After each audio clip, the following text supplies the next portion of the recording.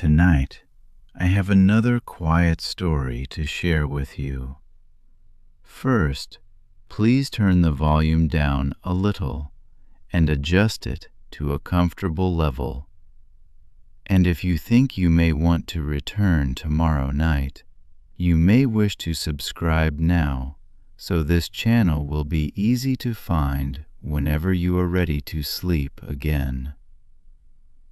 When you get into bed, thoughts about today or tomorrow may fill your mind, and you may feel pressure to fall asleep. But there is no need to force it. Simply let my quiet voice draw your attention away from those thoughts. You do not need to follow every word. Just let it drift by like soft background music. And if you fall asleep along the way, that is perfectly all right. Now, let us slowly begin tonight's story. When people ask why the Second World War began, it can be tempting to search for one clear answer. Perhaps one decision, one leader, one treaty, one invasion, or one morning when armies crossed a border and the world suddenly changed. There was, of course, a day when the war in Europe formally began. On September the 1st, 1939, Nazi Germany invaded Poland. 2 days later, Britain and France declared war on Germany. But the war did not appear from nowhere on that September morning. It had been gathering for years. Its causes stretched backward through disappointed hopes, economic collapse, political fear, racial hatred, imperial ambition, military expansion, and repeated failures to stop aggression before it grew too large. The road to war did not run in a perfectly straight line. At many points, different choices might have been made. Some historians have argued about which cause mattered most. They have debated the importance of the Treaty of Versailles, the Great Depression, the weakness of the League of Nations, the ambitions of Adolf Hitler, the militarism of Japan, the aggression of fascist Italy, the policy of appeasement, and the isolationism of the United States. It may be helpful to imagine these causes not as separate roads, but as streams. At first, each stream was small. One flowed from the ruins of the First World War, another from the fear and humiliation felt in defeated countries, another from the worldwide economic crisis, another from leaders who believed that force could restore national greatness, another from governments that hoped concessions would preserve peace, another from international institutions that had promises, rules, and meetings, but no reliable way to stop a determined aggressor. Over time, the streams met. They became a river. And by the late 1930s, that river was moving with frightening speed. Tonight, we will follow it slowly.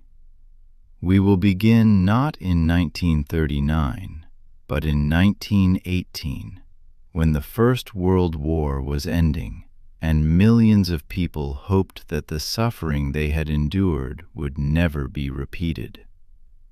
We will move through Europe and Asia, through crowded conference rooms and struggling cities, through political rallies and diplomatic negotiations, through moments when peace still seemed possible, and moments when the possibility of peace became more fragile. And we will continue until December the 7th, 1941, when Japanese aircraft appeared over Pearl Harbor, and the United States was drawn fully into the global conflict. The story is not only about how a war began, it is also about how peace can fail. In November 1918, the First World War came to an end. For more than 4 years, Europe had experienced destruction on a scale that few people had imagined possible. Millions of soldiers had been killed. Millions more had been wounded. Families had lost sons, fathers, brothers, and husbands. Towns had been damaged. Farmland had been torn apart. Governments had borrowed enormous sums of money. Empires that had seemed permanent had collapsed. The German Empire fell. The Austro-Hungarian Empire broke apart. The Ottoman Empire was defeated. The Russian Empire had already been transformed by revolution. Across Europe, borders were being reconsidered. Governments were changing, and people were trying to understand what the future might look like. The desire for peace was deep and sincere. Many people believed that the war they had just survived must be the last great war. It had been called the war to end all wars. The phrase expressed a hope that suffering on such a scale would teach nations to settle their disagreements in a different way.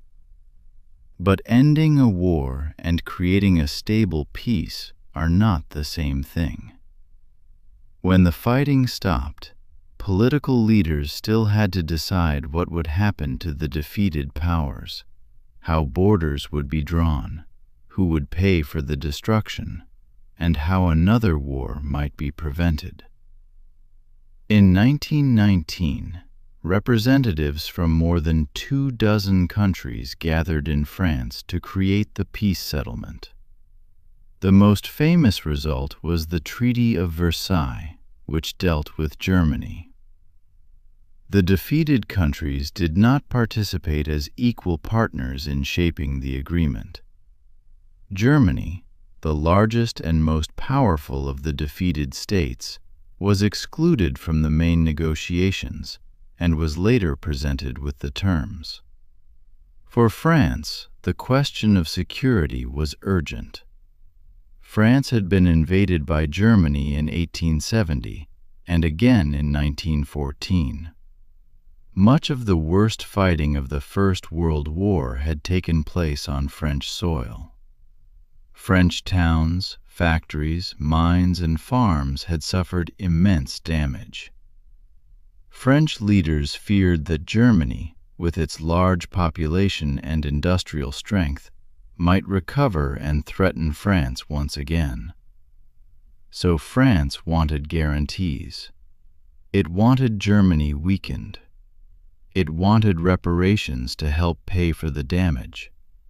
It wanted the Rhineland, the western region of Germany near France, to remain demilitarized so that German troops could not use it as a base for another attack.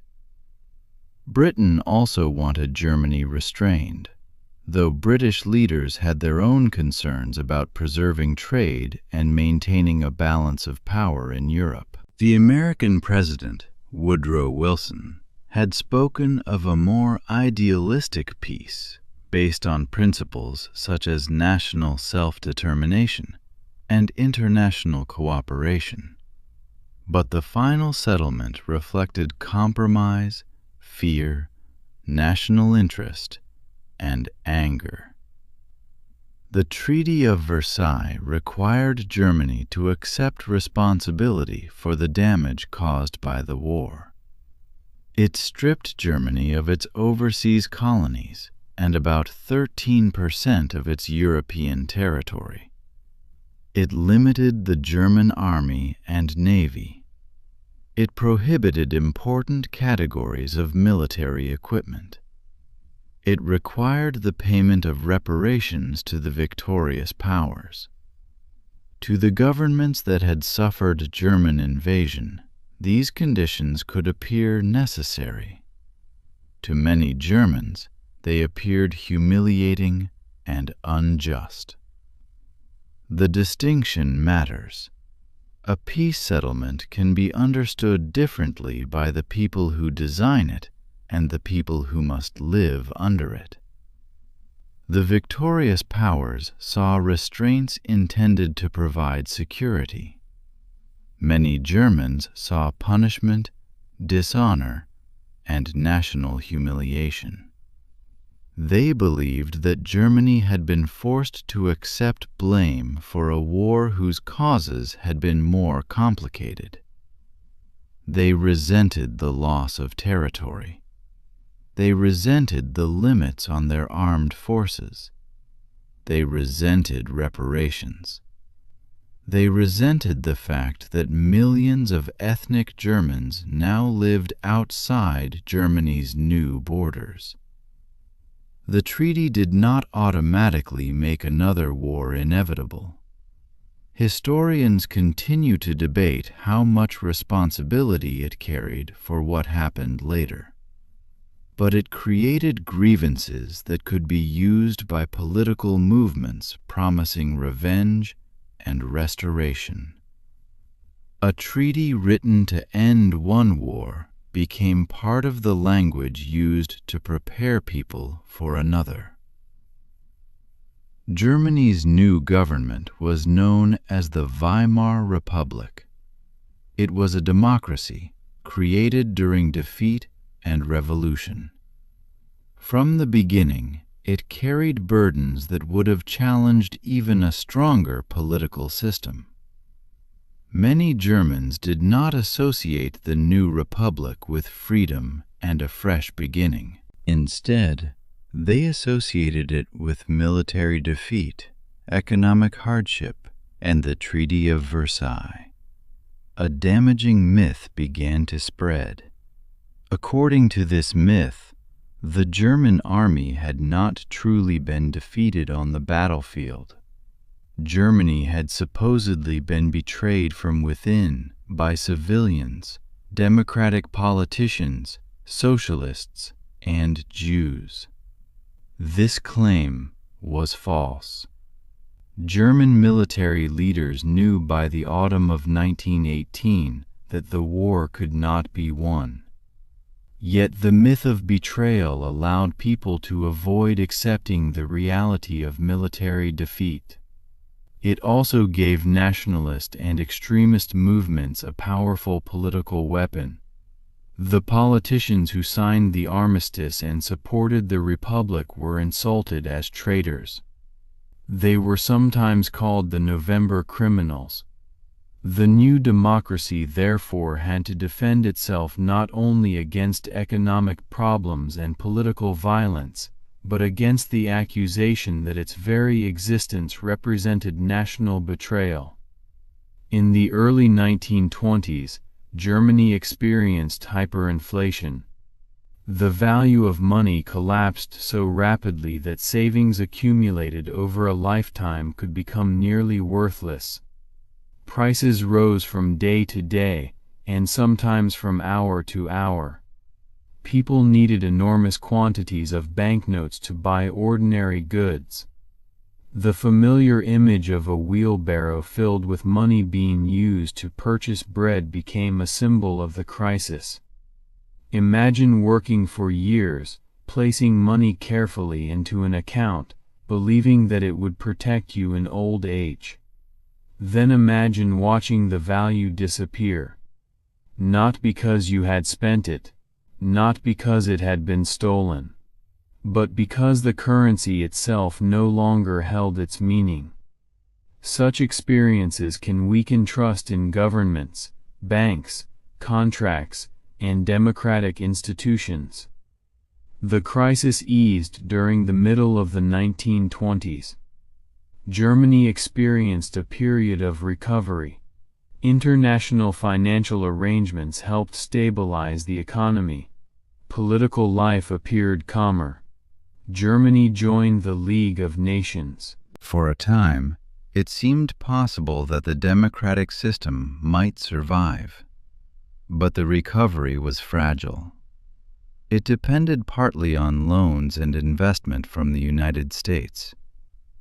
When the American stock market collapsed in 1929 and the Great Depression spread across the world, Germany was hit severely. Factories reduced production or closed. Businesses failed. Unemployment rose dramatically. Between 1929 and 1932, German unemployment increased nearly fivefold, and eventually about 1/4 of the labor force was unemployed. The Great Depression was not only a German crisis. It damaged economies in the United States, Europe, Latin America, and many other parts of the world. International trade declined. Governments raised barriers to protect their own industries. Families lost homes and savings. Young people looked toward futures with little security. In such a climate, moderate political promises can sound weak. A politician who says that recovery will be slow, complicated, and uncertain may struggle to compete with a politician who promises immediate action, national rebirth, and simple enemies to blame. This was the environment in which the Nazi Party grew. Adolf Hitler and the National Socialist German Workers' Party did not rise to power because of one speech or one election. Their growth came from a combination of long-term resentment, political instability, economic crisis, effective propaganda, organized violence, and the failure of conservative elites who believed they could control Hitler once he entered government. The Nazi message was built around promises and enemies. The promises were emotionally powerful. The Nazis promised to overturn the Treaty of Versailles. They promised to rebuild the economy. They promised to restore German military strength. They promised to unite ethnic Germans under one state. They promised order in place of political conflict. They promised national pride in place of humiliation. But these promises were inseparable from hatred. Nazi ideology claimed that human beings belonged to unequal racial groups. It described so-called Aryan Germans as superior and presented Jews, Slavs, Roma, black people, people with disabilities, and others as inferior or dangerous. Anti-Semitism was not a minor feature of Nazism. It stood near the center of the movement's worldview. The Nazis falsely blamed Jews for Germany's defeat, for capitalism, for communism, for cultural change, and for nearly every social problem that could be turned into political anger. They also believed Germany needed more territory, especially in Eastern Europe. This idea was described as Lebensraum, or living space. It was not simply a demand for the return of land lost under the Treaty of Versailles. It was a vision of expansion, conquest, colonization, and racial domination. In that vision, existing populations in Eastern Europe could be displaced, enslaved, or destroyed so that German settlers could occupy the land. The danger, therefore, was not only that Hitler wanted to revise an unpopular treaty. Many Germans who disliked Versailles did not support a racial empire or a war of conquest. The deeper danger was that Hitler connected legitimate grievances felt by many citizens to an extreme ideology that demanded dictatorship and expansion.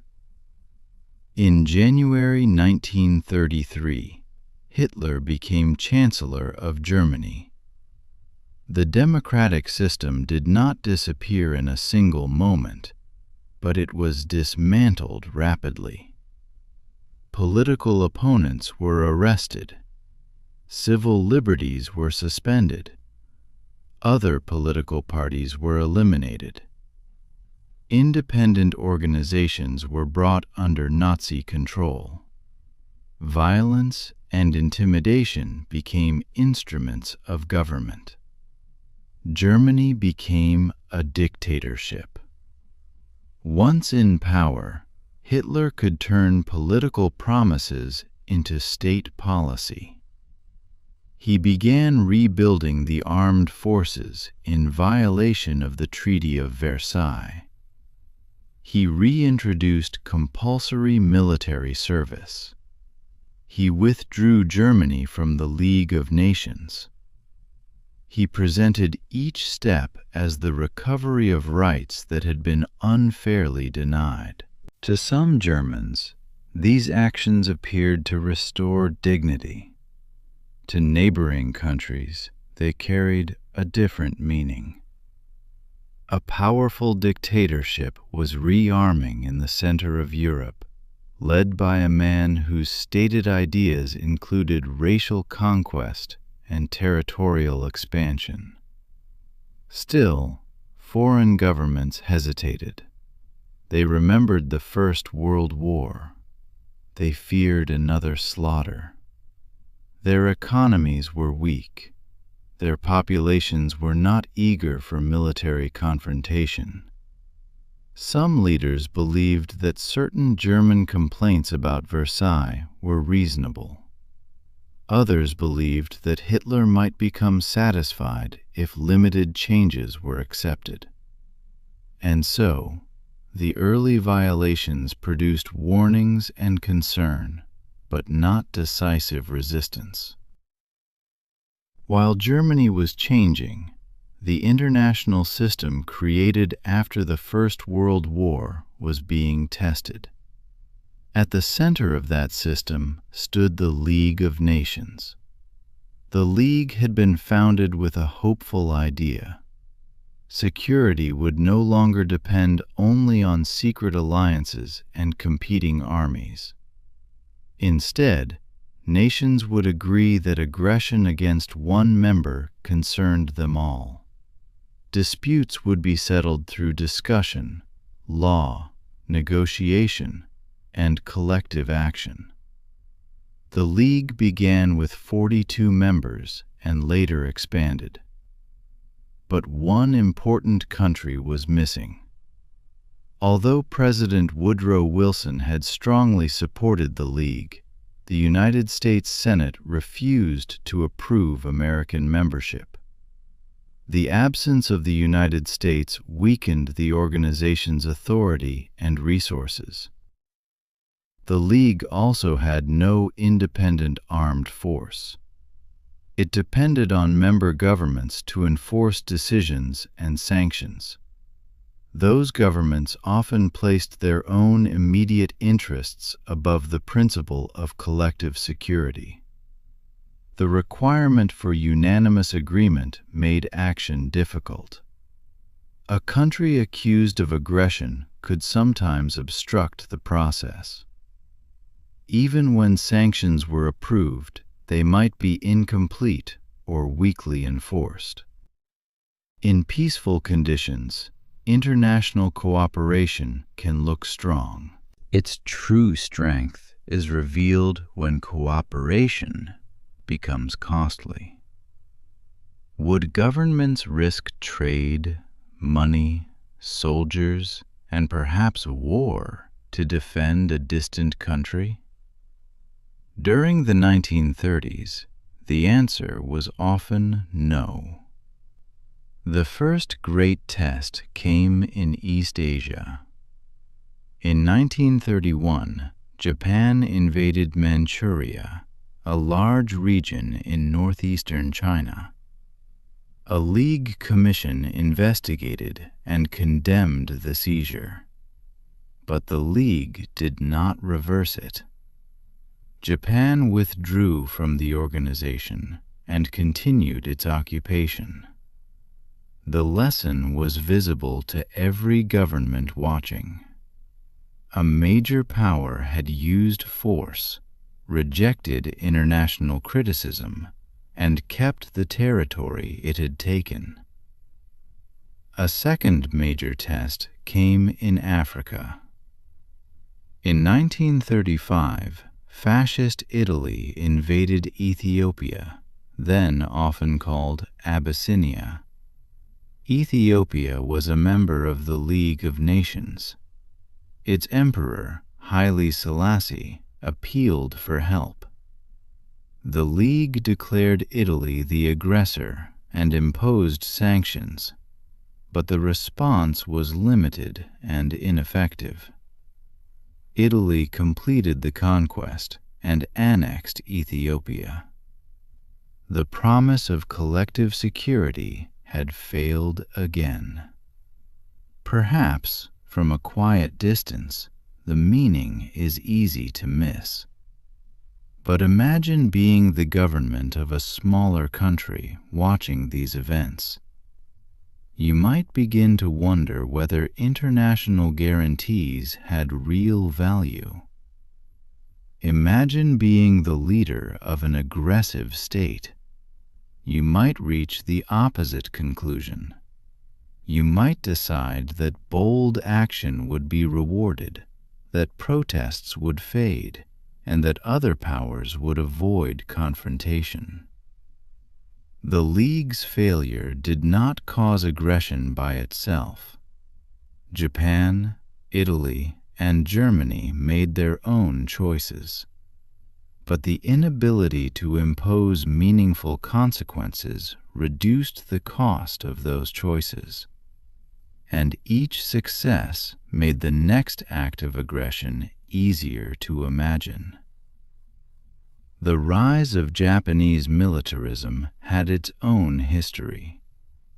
Japan's path was not identical to Germany's, and the two countries should not be treated as though they followed one simple pattern. Yet there were important similarities. Both countries experienced resentment toward the international order created after the First World War. Both contained influential groups that believed military strength and territorial expansion were necessary for national survival and greatness. Both sought resources and strategic security beyond their existing borders. Japan had transformed rapidly during the late 19th century. After centuries in which the country had limited much of its contact with the outside world, it modernized its government, industry, and armed forces. Japan defeated China in the War of 1894 and 1895. It defeated the Russian Empire in the Russo-Japanese War of 1904 and 1905. It acquired Taiwan as a colony and expanded its influence in Korea and Manchuria. These victories demonstrated that an Asian nation could defeat major imperial powers. They also encouraged the belief that military success could secure status, territory, and resources. Japan joined the Allies during the First World War and gained control of German possessions in Asia and the Pacific. But Japanese leaders were disappointed by parts of the post-war settlement. At the Paris Peace Conference, Japan proposed a statement affirming racial equality. The proposal was not included in the final agreement. Japanese immigration also faced discriminatory restrictions in several Western countries. To many people in Japan, the international order appeared to speak of universal principles while preserving Western control over colonies, markets, and resources. This sense of unfairness was real, but it did not justify conquest. A nation can experience discrimination and still become an aggressor toward others. Japan's leaders increasingly argued that the country needed a dominant position in East Asia. Japan lacked many strategic natural resources. It had limited domestic supplies of oil and other minerals needed for modern industry and warfare. China offered markets, land, resources, and strategic depth. Manchuria, in particular, contained valuable resources and could serve as a buffer against the Soviet Union. The Great Depression placed additional pressure on Japan's economy. Military officers gained influence. The Army and Navy possessed unusual power within the political system, and military factions could obstruct civilian governments. Radical junior officers sometimes acted independently, believing they were serving the emperor and the nation, even when they disobeyed senior authority. In 1931, officers of the Japanese Kwantung Army staged an incident near the railway in Manchuria and used it as a justification for military action. Japanese forces quickly occupied the region and created the puppet state of Manchukuo. The civilian government in Tokyo did not fully control the initial action, but it accepted and defended the result. Once again, a local military step became national policy. Once again, success strengthened the forces that favored expansion. The League of Nations condemned the invasion, but it did not remove Japanese forces. Japan left the League in 1933. The international institution had issued a judgment. The army remained in Manchuria. For militarists, the practical lesson was more important than the diplomatic criticism. Force had worked. In July 1937, fighting between Japanese and Chinese troops near the Marco Polo Bridge outside Beijing expanded into a full-scale war. Japanese armies moved into large areas of China.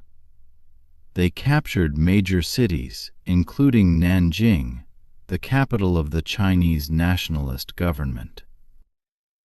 After the fall of Nanjing in December 1937, Japanese forces carried out mass killings, rape, and other atrocities over a period of weeks. The violence became known as the Nanjing Massacre. The war in China was immense and brutal. Millions of people were displaced. Cities were bombed. Soldiers and civilians suffered from killing, hunger, disease, and destruction. China did not surrender. The government of Chiang Kai-shek moved inland and continued resistance. What Japanese leaders may have imagined as a relatively quick campaign became a long and costly conflict. This created a dangerous cycle. The longer the war continued, the more resources Japan needed. The more resources Japan needed, the more attractive further expansion became. The more Japan expanded, the more alarmed the United States, Britain, and the Netherlands became. And the more those powers restricted Japan's access to trade and raw materials, the more Japanese military leaders argued that additional conquest was necessary. It was a cycle in which one aggressive decision produced pressures that were used to justify another. Japanese propaganda later described its ambitions in terms of Asian unity and liberation from Western imperialism. The phrase Greater East Asia Co-Prosperity Sphere suggested cooperation among Asian nations. But in practice, Japan sought its own domination. The slogan, Asia for the Asians, concealed the reality that Japanese power would replace Western power rather than establish equal independence. For people living under occupation, the distinction between one empire and another could be painfully clear.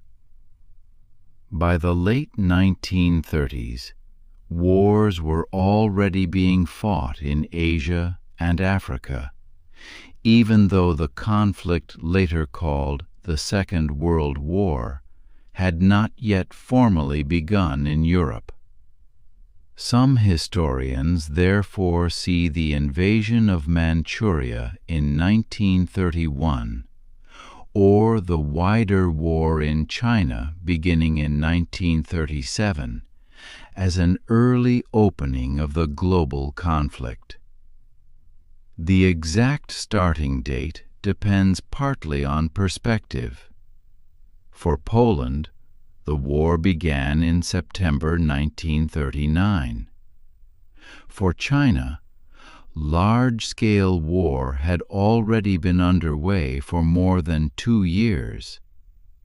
For Ethiopia, foreign invasion had come in 1935.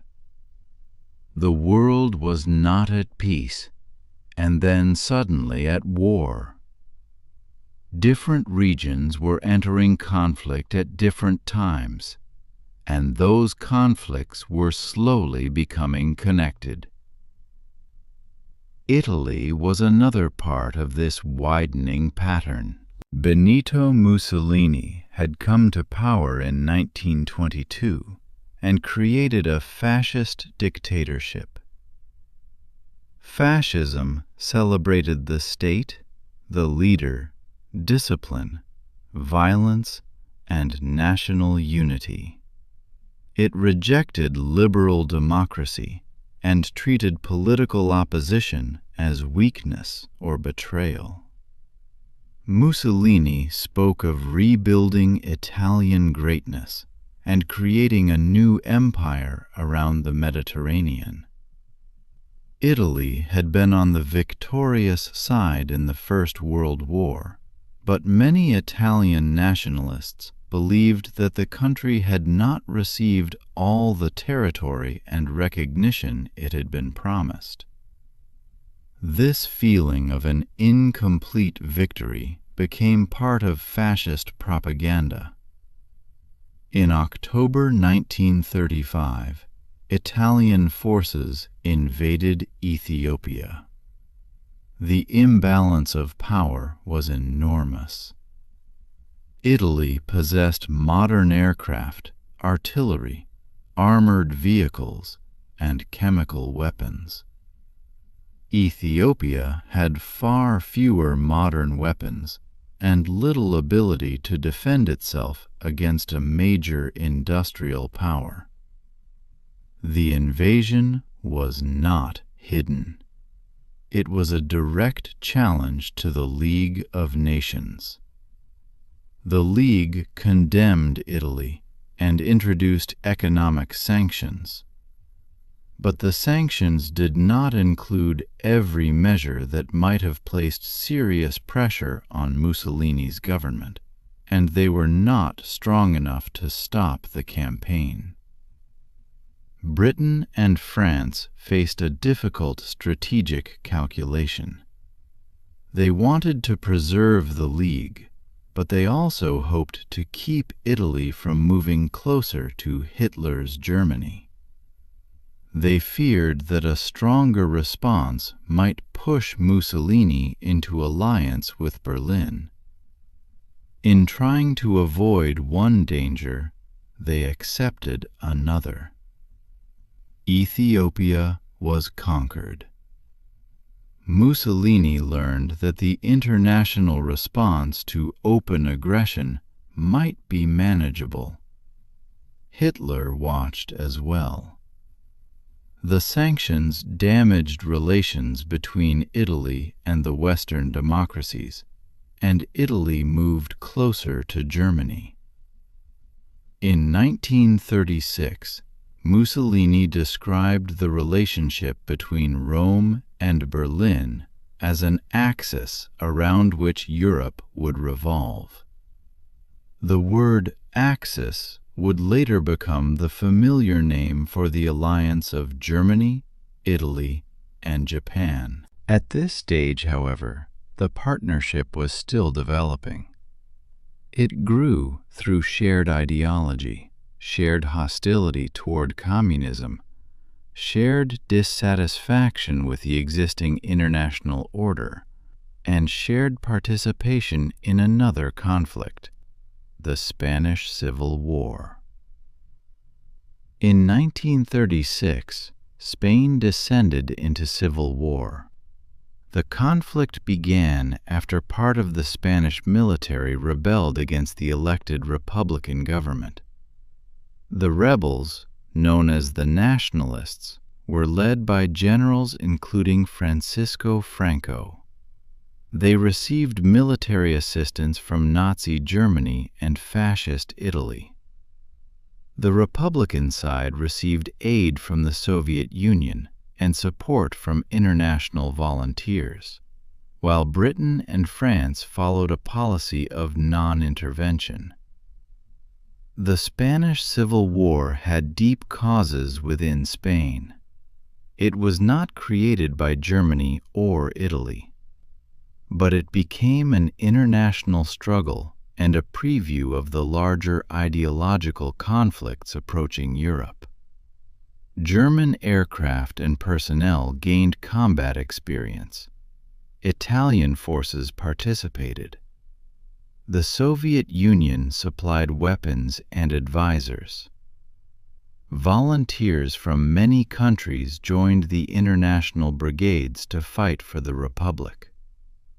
The war also revealed the growing role of air power against cities and civilians. The bombing of Guernica in 1937 became an enduring symbol of modern warfare. For Hitler and Mussolini, intervention in Spain served several purposes. It helped a friendly authoritarian movement. It opposed communism. It tested military equipment and tactics. It strengthened the relationship between Germany and Italy. It also showed again that Britain and France were deeply reluctant to become involved in another continental conflict. That reluctance did not come from indifference alone. The memory of the First World War remained vivid. Political leaders knew that millions of citizens feared another generation of young men being sent into trenches. Military planners worried that their armed forces were not ready. Governments were still dealing with the effects of the Depression. Some people also saw communism as a greater threat than fascism, and viewed Franco's forces with sympathy. These divisions made a united response difficult. By the time the Spanish Civil War ended in 1939, Franco had won.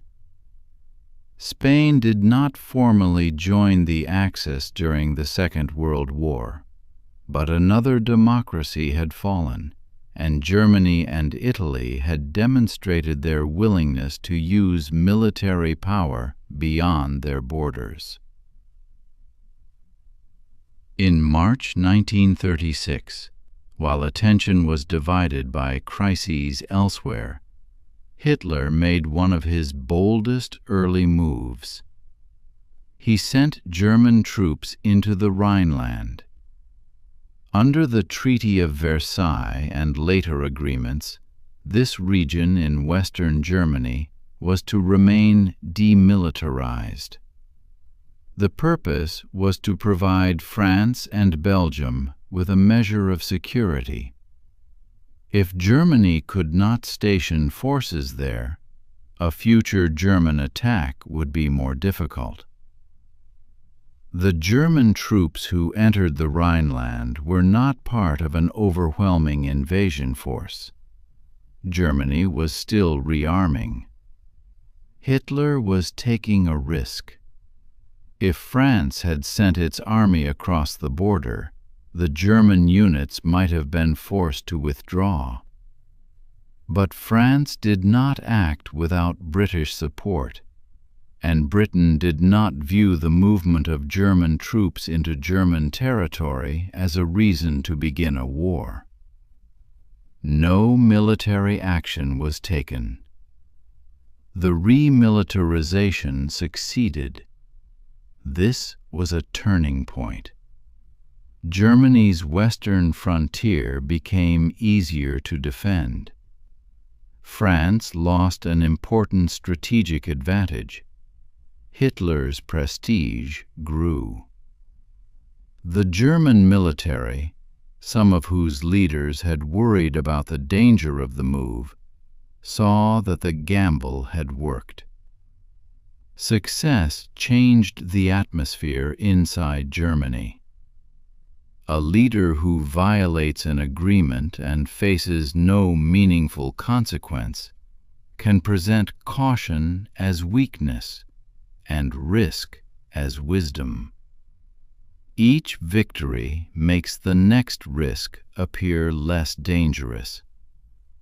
It is possible to imagine how the event may have looked to ordinary people at the time. To a German who felt humiliated by Versailles, the troops might have seemed to be walking into a region where they naturally belonged. To a French family remembering invasion, the same movement might have felt like an old threat returning. To a British citizen who had lost relatives in the First World War, the idea of fighting over troops moving within Germany might have seemed unreasonable. These different perceptions help explain why decisive resistance was so difficult. But the strategic result was clear. Hitler had broken another restriction and had been rewarded. The next major objective was Austria. Hitler had been born in Austria and believed that all Germans should be united within one state. The Treaty of Versailles and related peace agreements had prohibited union between Germany and Austria. Many people in both countries supported some form of union, especially during periods of economic weakness. But Hitler did not seek a free and equal partnership. He wanted Austria absorbed into the Nazi state. In early 1938, German pressure on the Austrian government intensified. Hitler demanded political changes that would strengthen Austrian Nazis. The Austrian Chancellor attempted to hold a public vote on independence. Before the vote could take place, German troops entered Austria in March 1938. The annexation was known as the Anschluss. The German army met no military resistance. Large crowds welcomed Hitler in Vienna and other cities, though not all Austrians supported the takeover, and many had reason to fear it. For Austrian Jews, political opponents, and others targeted by Nazi ideology, the annexation brought immediate persecution. Once again, Britain and France did not intervene.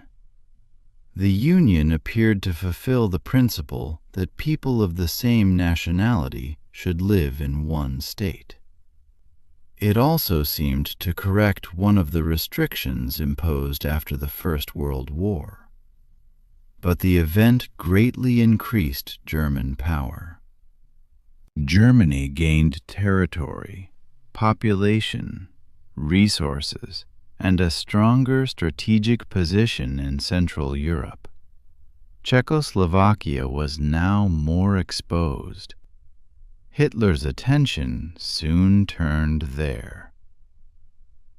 Czechoslovakia had been created after the First World War from lands that had belonged to the Austro-Hungarian Empire.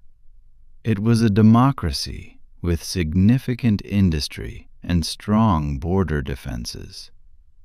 Its population included Czechs, Slovaks, Germans, Hungarians, and other groups.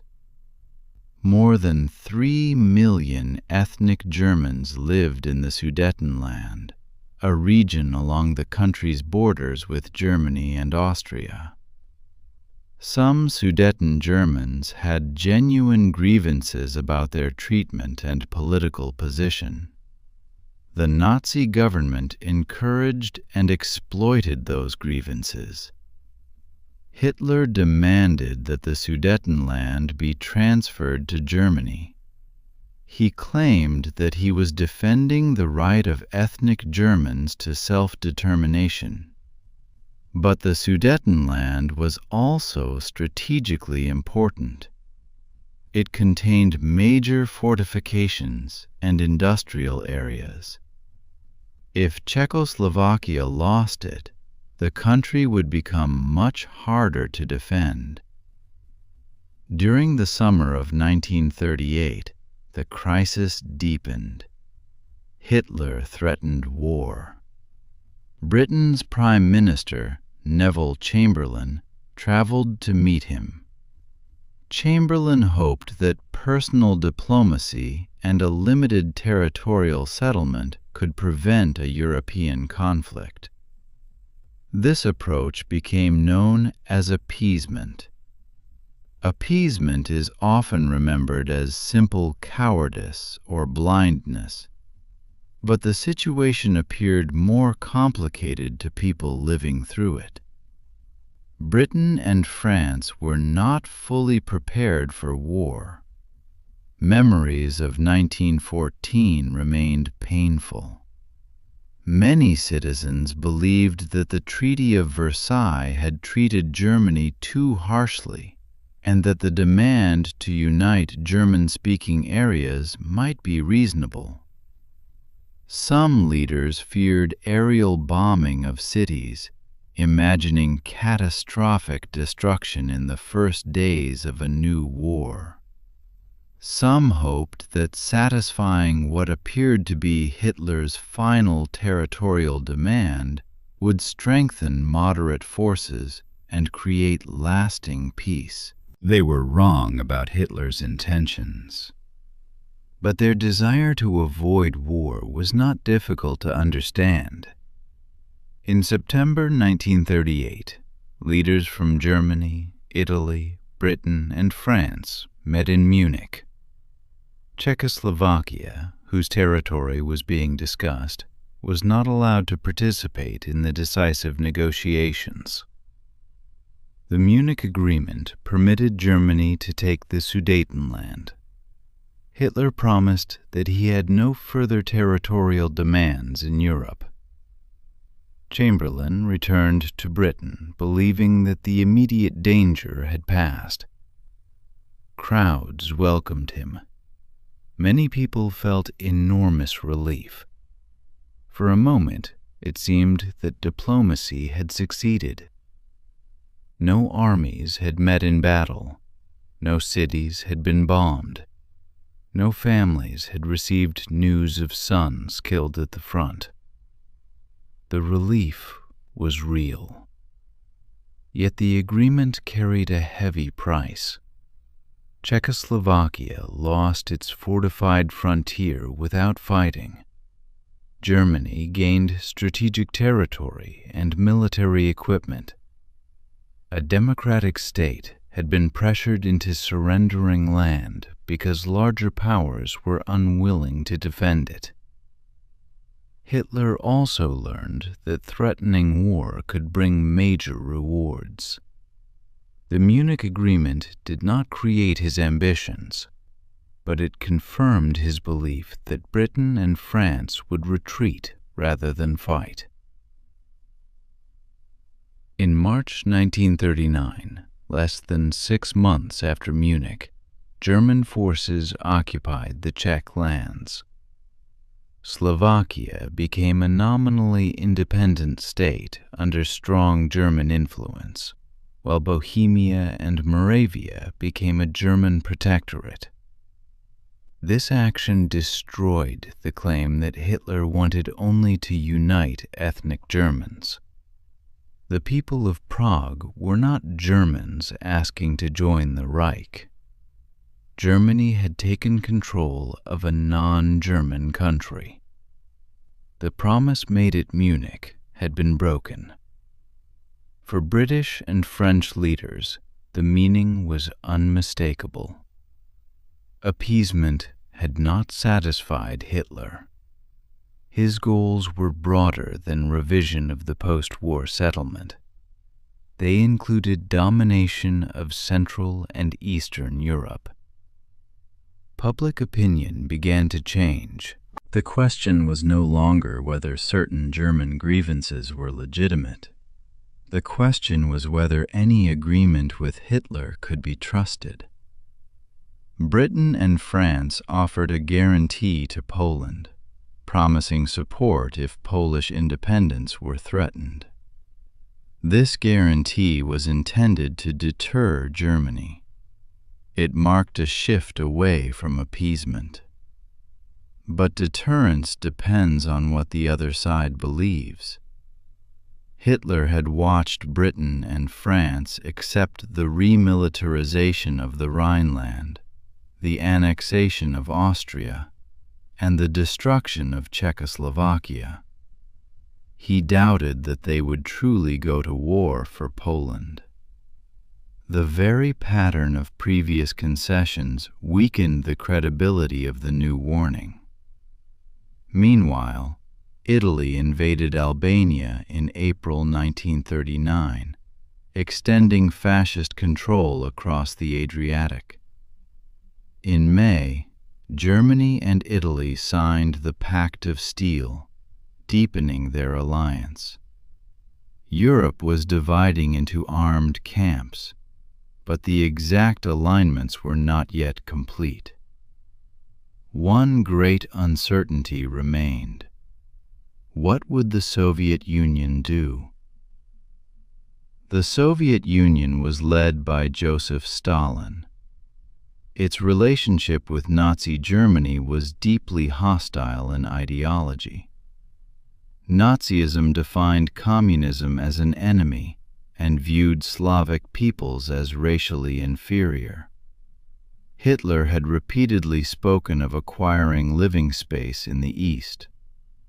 The Soviet government, therefore, had strong reasons to fear Germany. Britain and France explored the possibility of an alliance with the Soviet Union to deter a German attack on Poland. But negotiations moved slowly and were burdened by distrust. The Western powers feared communism. Stalin doubted whether Britain and France would fight decisively. Poland was reluctant to permit Soviet troops to cross its territory, fearing that once the Red Army entered, it might not leave. Hitler then made an offer that shocked the world. Germany and the Soviet Union would sign a non-aggression pact. On August the 23rd, 1939, German Foreign Minister Joachim von Ribbentrop and Soviet Foreign Minister Vyacheslav Molotov signed the agreement in Moscow. Publicly, the two countries promised not to attack each other. Secretly, they divided parts of Eastern Europe into spheres of influence. The secret protocol anticipated the partition of Poland and assigned Finland, Estonia, Latvia, Lithuania, and parts of Romania to German or Soviet areas of interest.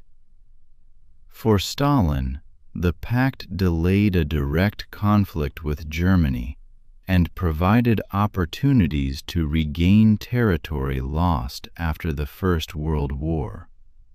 For Hitler, it removed the immediate danger of a two-front war. Germany could attack Poland without expecting the Soviet Union to join Britain and France against it. The agreement did not represent genuine friendship.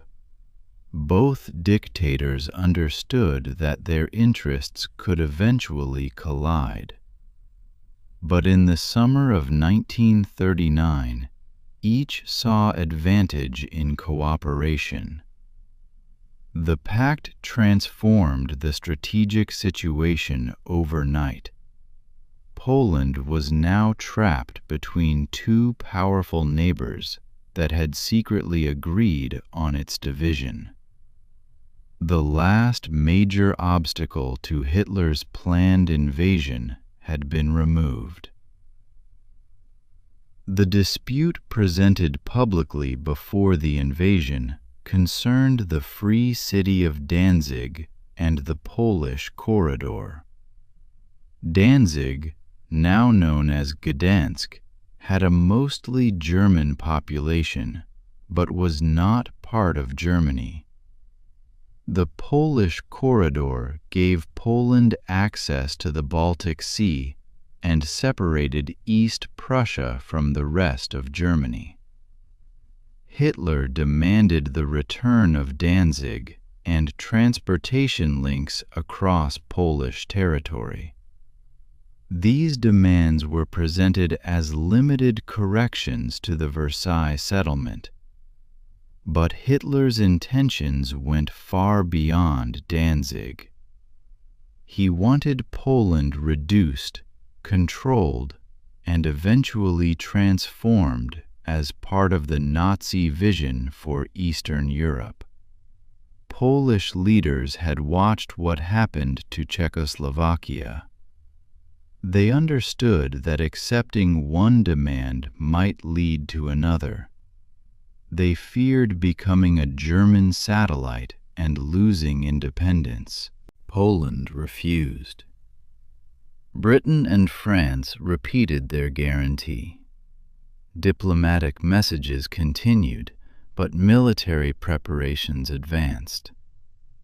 The German government also prepared propaganda to portray Poland as the aggressor.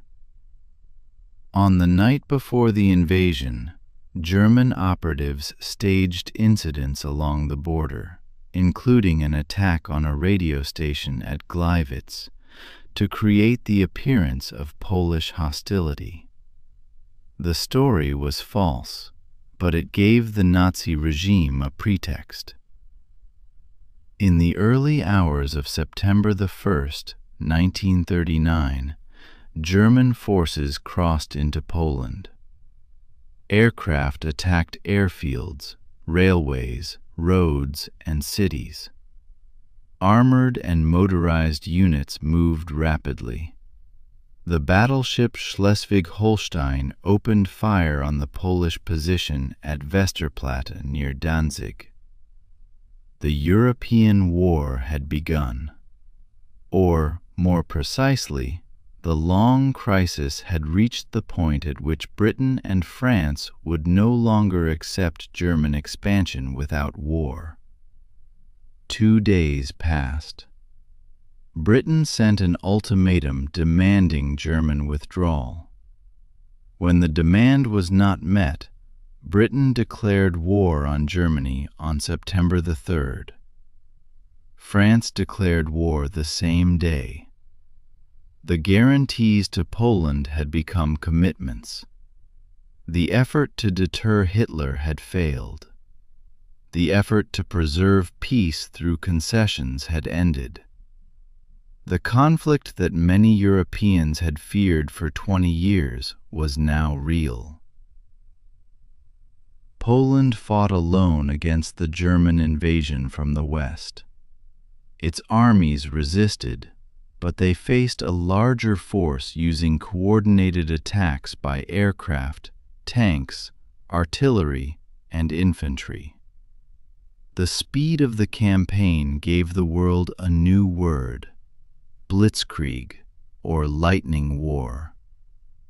The term suggested a sudden storm of movement and destruction. In practice, the German victory depended on preparation, concentration of force, radio communication, air support, and the ability to break through defensive positions and disrupt movement behind the front.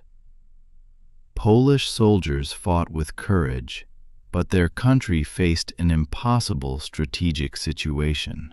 On September 17th, the Soviet Union invaded eastern Poland. The secret agreement between Germany and the Soviet Union was now being carried out. Poland was divided between the two powers. The Polish government fled, and organized resistance continued in different forms, but the state was conquered. For the Polish people, occupation brought terror from both directions. Nazi rule would include mass killing, forced labor, persecution, the destruction of communities, and the attempt to eliminate Polish political and cultural leadership. Soviet rule in the East also brought arrests, deportations, and executions. The invasion of Poland was therefore not simply a military event that caused Britain and France to declare war. It was the beginning of an occupation in which ideological goals were applied directly to civilian life. The war Hitler had begun was not intended only to move borders. It was connected to a racial vision of Europe. That vision would make the conflict more destructive than the diplomatic arguments of the 1930s had suggested. Yet, in the autumn of 1939, the full scale of what was coming was still hidden from many observers.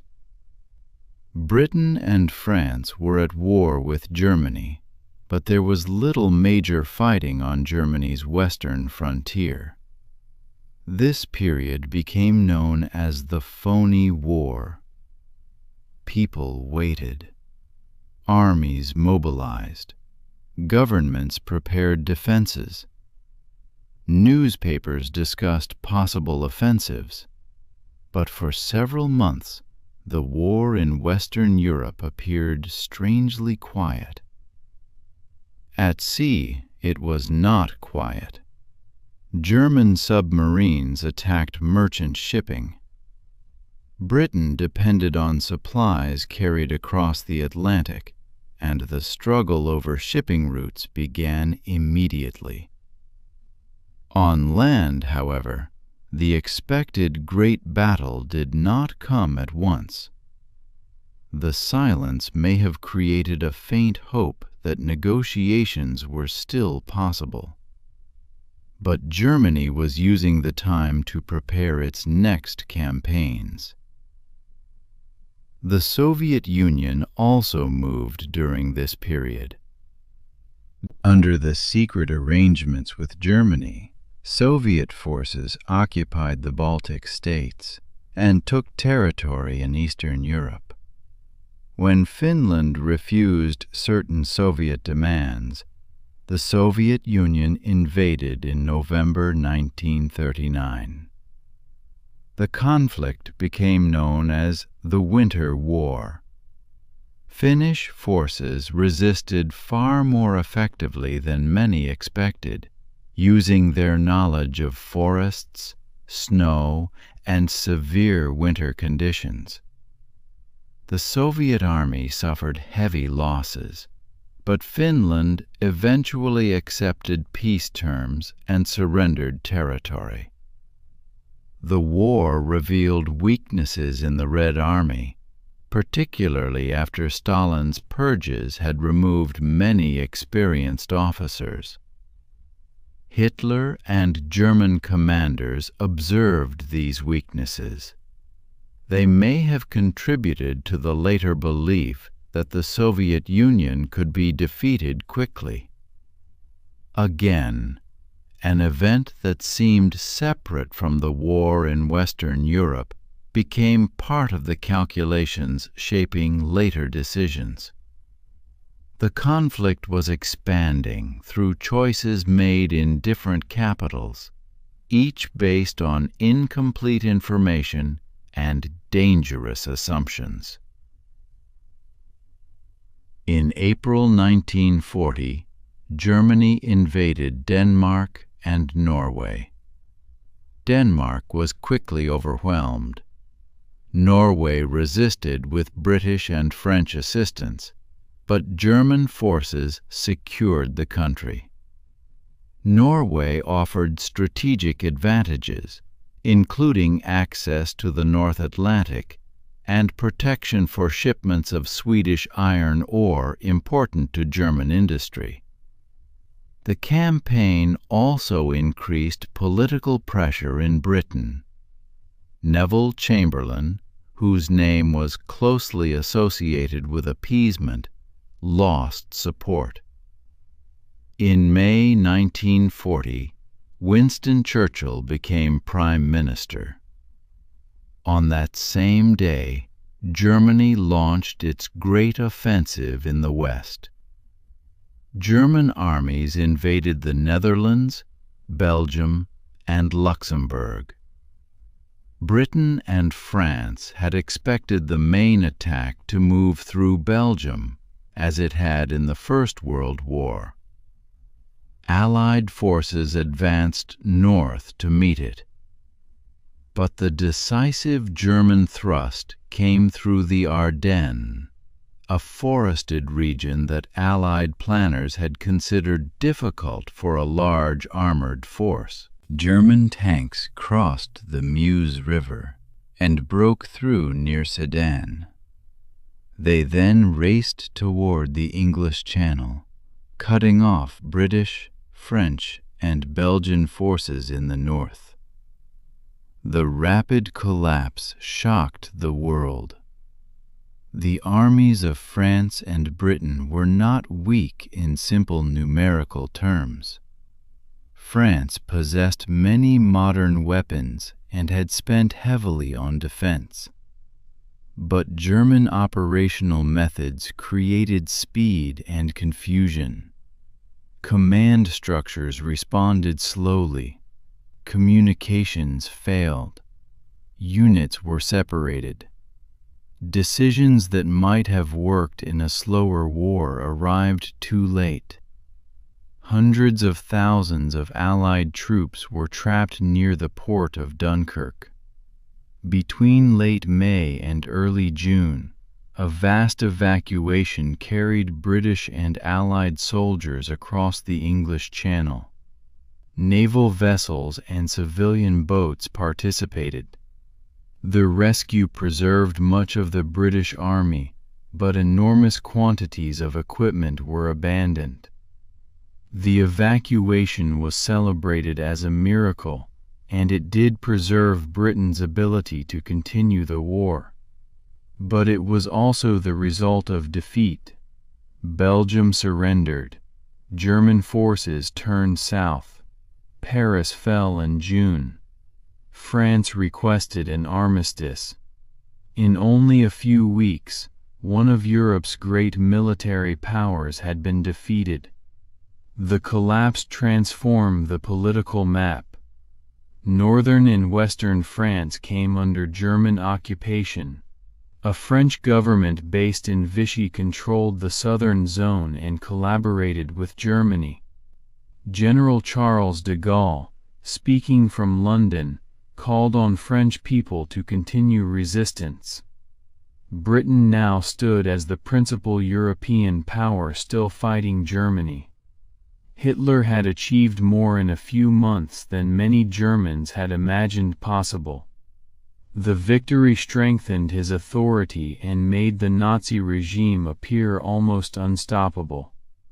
Countries that had remained neutral had to reconsider their position. Governments in Eastern and Southern Europe faced pressure to cooperate with Germany. Mussolini, believing that the war might soon end, brought Italy into the conflict on Germany's side in June 1940. The Axis was becoming a military reality.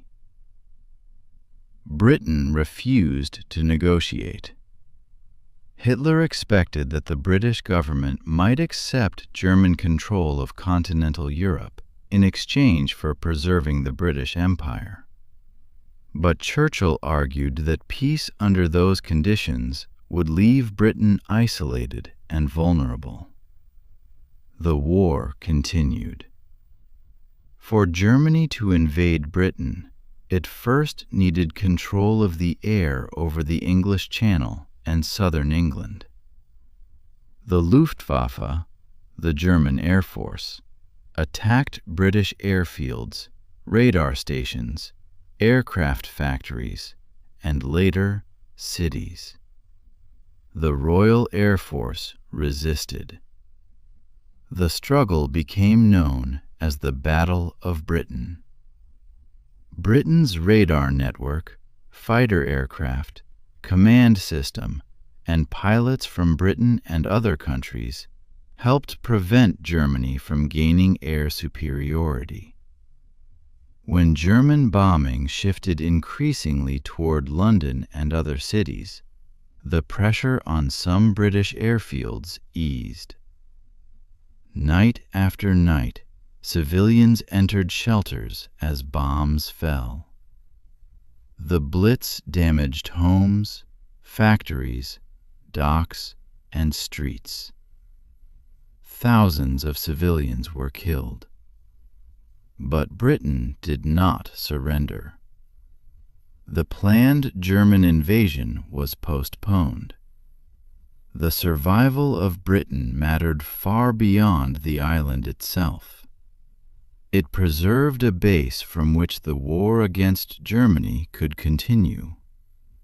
It also meant that Hitler had not achieved a complete victory in the West. Yet Britain's position remained dangerous. Its resources were limited. It depended on imports crossing the Atlantic. German submarines threatened those supply lines. Britain needed assistance. That raised a question that had been present since the beginning of the crisis. What role would the United States play? After the First World War, many Americans wanted to avoid another European conflict. The United States had entered that war in 1917, and more than 100,000 American service members had died. The peace settlement had not created the stable world that President Wilson had promised. The Senate rejected membership in the League of Nations. During the 1920s and 1930s, the United States remained active in international trade, diplomacy, and affairs in Latin America and the Caribbean, but it generally avoided military commitments in Europe and Asia. The Great Depression strengthened the inward focus. American families were struggling with unemployment, bank failures, farm losses, and poverty. For many citizens, distant conflicts seemed less urgent than the crisis at home. Investigations into the First World War also encouraged the belief that bankers and arms manufacturers had helped draw the country into the conflict for profit. Congress passed neutrality acts intended to prevent a repetition. These laws restricted arms sales, loans, and travel connected to countries at war. Isolationism was not one single idea. Some Americans believed the oceans protected the country. Some believed Europe's wars were caused by ancient rivalries that the United States could not solve. Some feared that intervention would damage democracy at home. Some opposed fascism, but believed aid should stop short of war. Others admired authoritarian movements or expressed anti-Semitic and racist views. The America First Committee, formed in 1940, became a major organization opposing entry into the war. It drew hundreds of thousands of members and included the famous aviator Charles Lindbergh among its leading speakers. President Franklin D. Roosevelt understood the strength of anti-war opinion. He also believed that German and Japanese expansion threatened American interests and the international balance of power. Roosevelt, therefore, moved gradually. He sought ways to support Britain and China without immediately entering the fighting. In 1940, the United States transferred older destroyers to Britain in exchange for rights to use British bases in the Western Hemisphere. Congress approved the first peacetime military draft in American history. American industry began expanding defense production.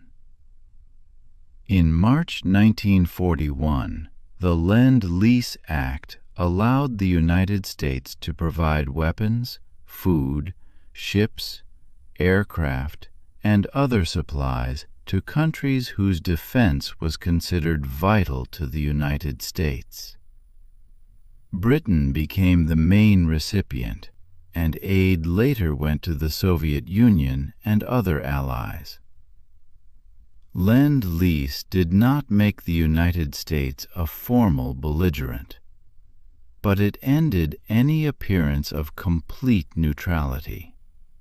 The country was becoming, as Roosevelt described it, an arsenal for democracy.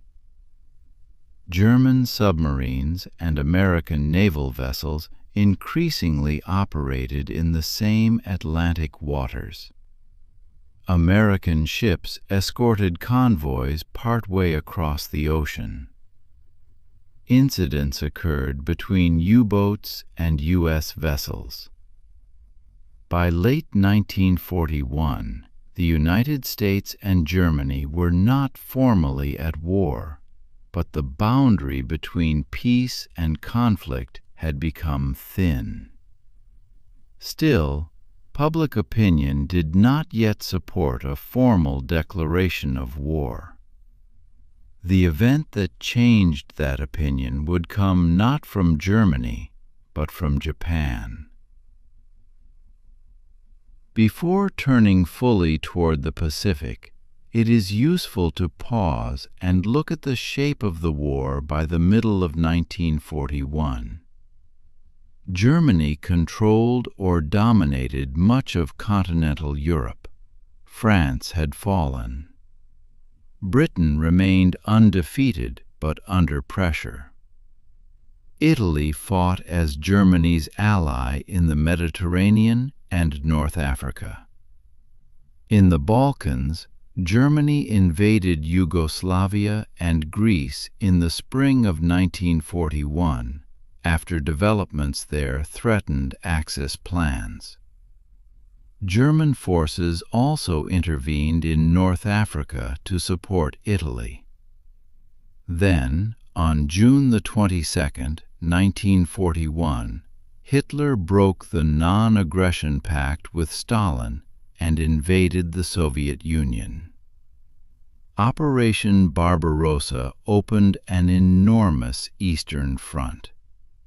The invasion reflected the central goals of Nazi ideology: destruction of communism, conquest of living space, seizure of resources, and racial domination.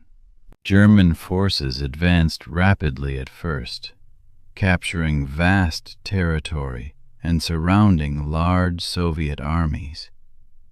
But the Soviet Union did not collapse.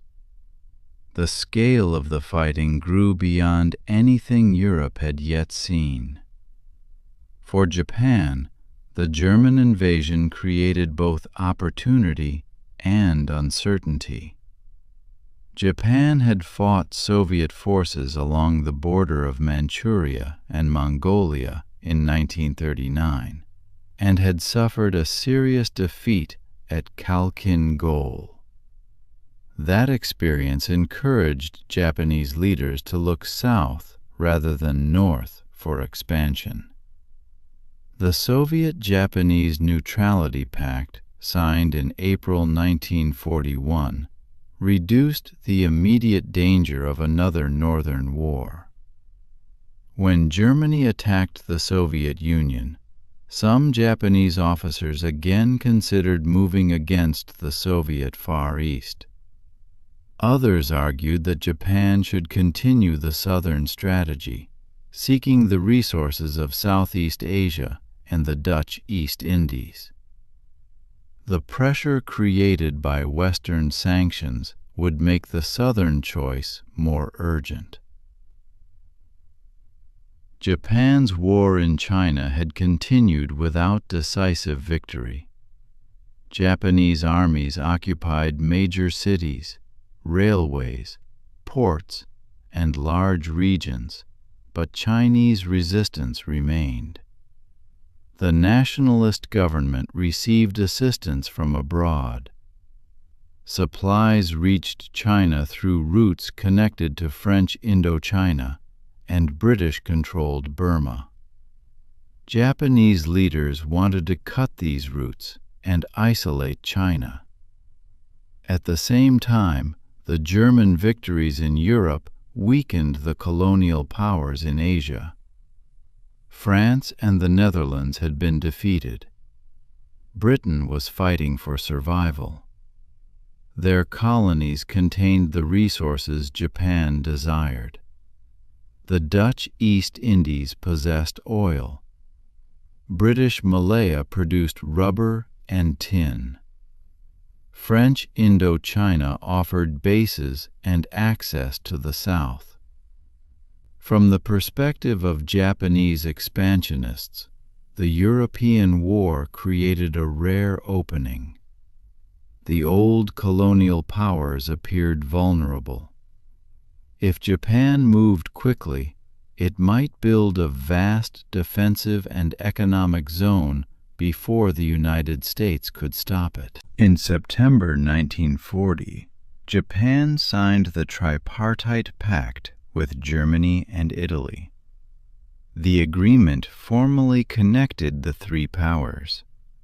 It was intended partly to discourage the United States from entering the war. An American move against one Axis power might lead to conflict with all three. But the pact also increased American concern. Japan was no longer simply a regional power fighting in China. It was now allied with the dictatorships that were reshaping Europe by force. That same month, Japanese forces moved into northern French Indochina. The purpose was to block supplies reaching China and strengthen Japan's strategic position. The United States responded by tightening restrictions on trade. It had already limited exports of aircraft materials and scrap metal. The economic pressure increased as Japanese expansion continued. The relationship between Tokyo and Washington became a contest of incompatible objectives. The United States wanted Japan to stop expanding and withdraw from China. Japan wanted recognition of the empire it had built and access to the resources needed to sustain it. Each side believed the other was asking it to abandon essential interests. Diplomacy continued, but the space for compromise narrowed. Economic sanctions are sometimes described as an alternative to war. They can place pressure on a government without using military force. But sanctions can also become part of the path toward war, when the targeted government responds by escalating rather than retreating. The United States hoped trade restrictions would persuade Japan to limit its expansion. American leaders faced a difficult problem. If they continued supplying oil and other materials, those resources would support Japan's war in China and possible further conquest. If they cut the supplies, Japan might decide to seize resources by force. Doing nothing carried danger. Taking action carried danger as well.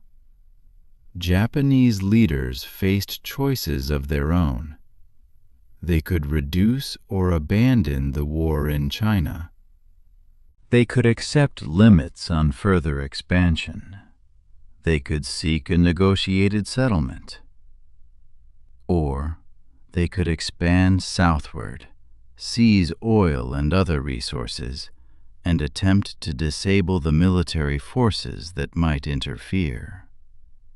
The choice was not forced upon them by nature. It was shaped by earlier decisions, especially the decision to invade and remain in China. Yet within the Japanese military and government, withdrawal appeared humiliating and politically dangerous. Years of fighting and sacrifice had created a belief that the gains must be preserved.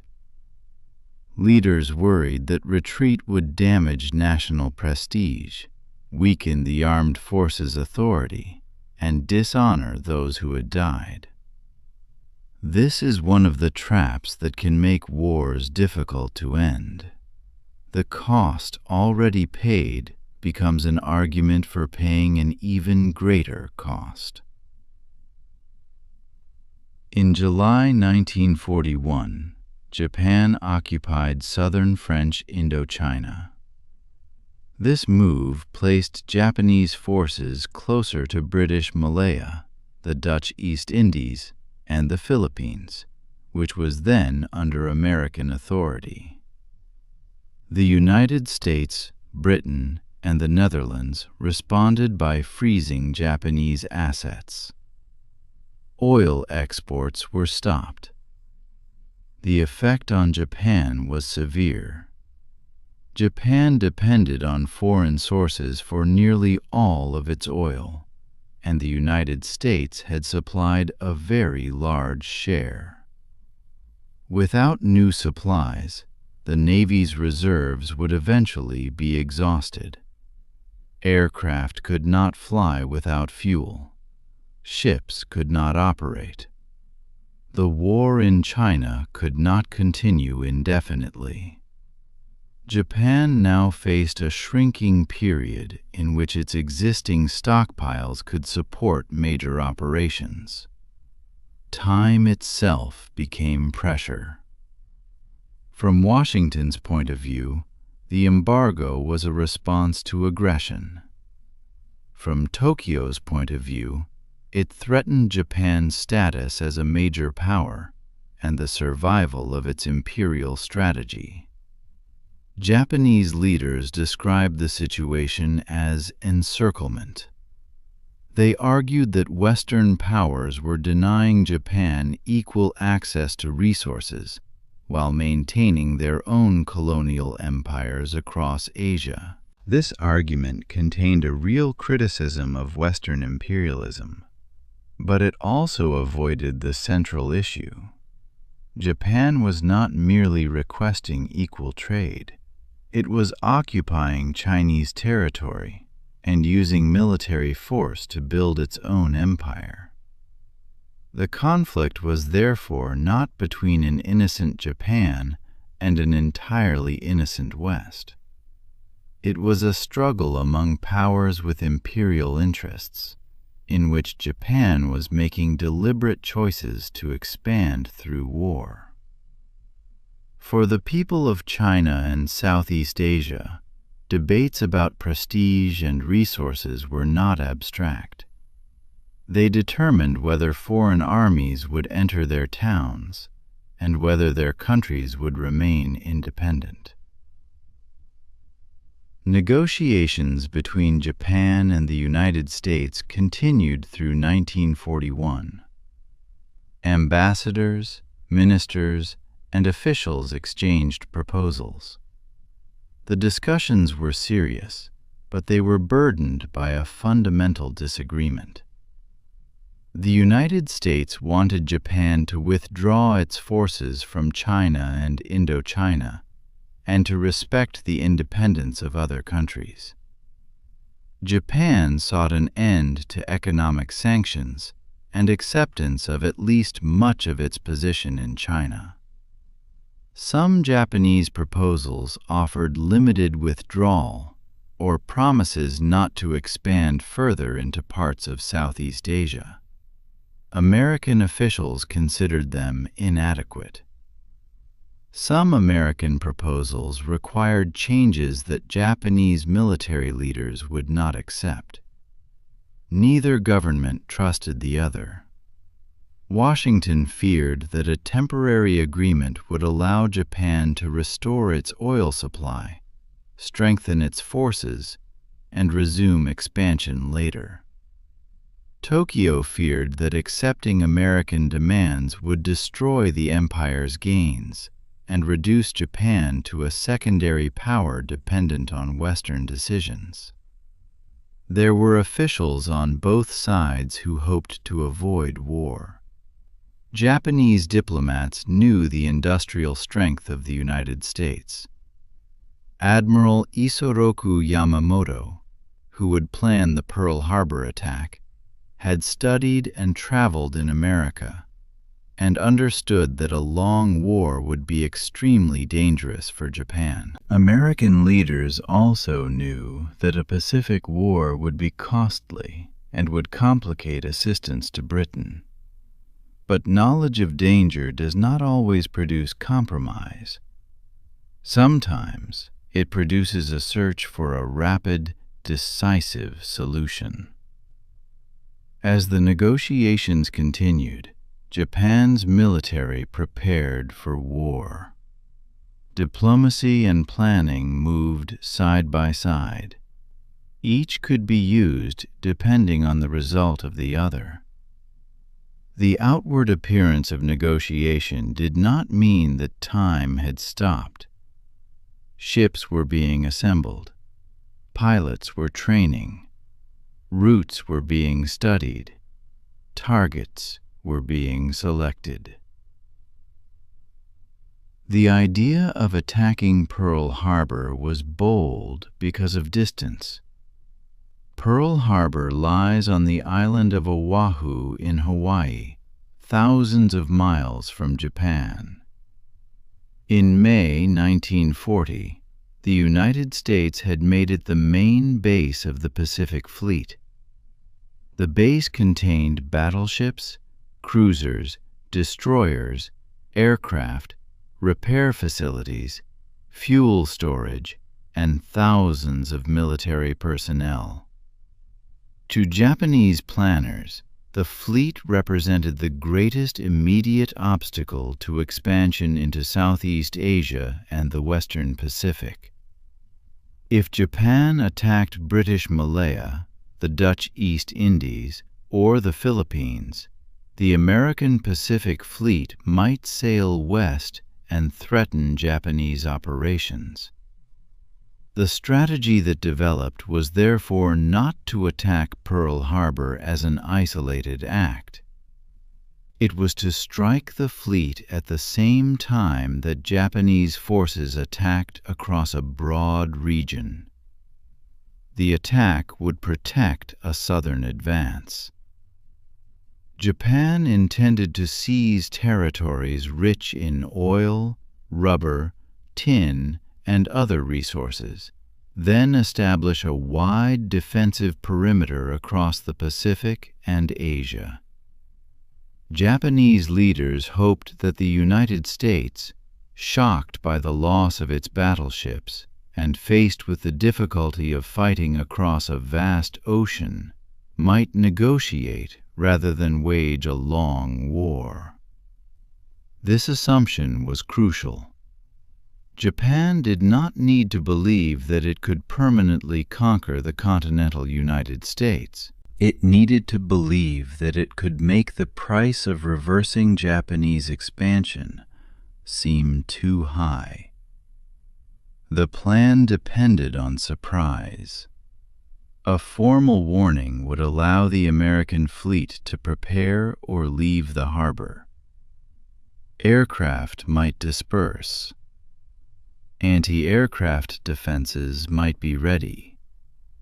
Submarines and patrol aircraft might detect the approaching carriers. So the Japanese strike force would cross the northern Pacific in radio silence, following a route chosen to reduce the chance of detection. 6 aircraft carriers formed the heart of the force. They carried hundreds of aircraft, including fighters, dive bombers, high-level bombers, and torpedo planes. The operation required months of planning and training. Pearl Harbor was relatively shallow, and ordinary aerial torpedoes might strike the bottom before reaching their targets.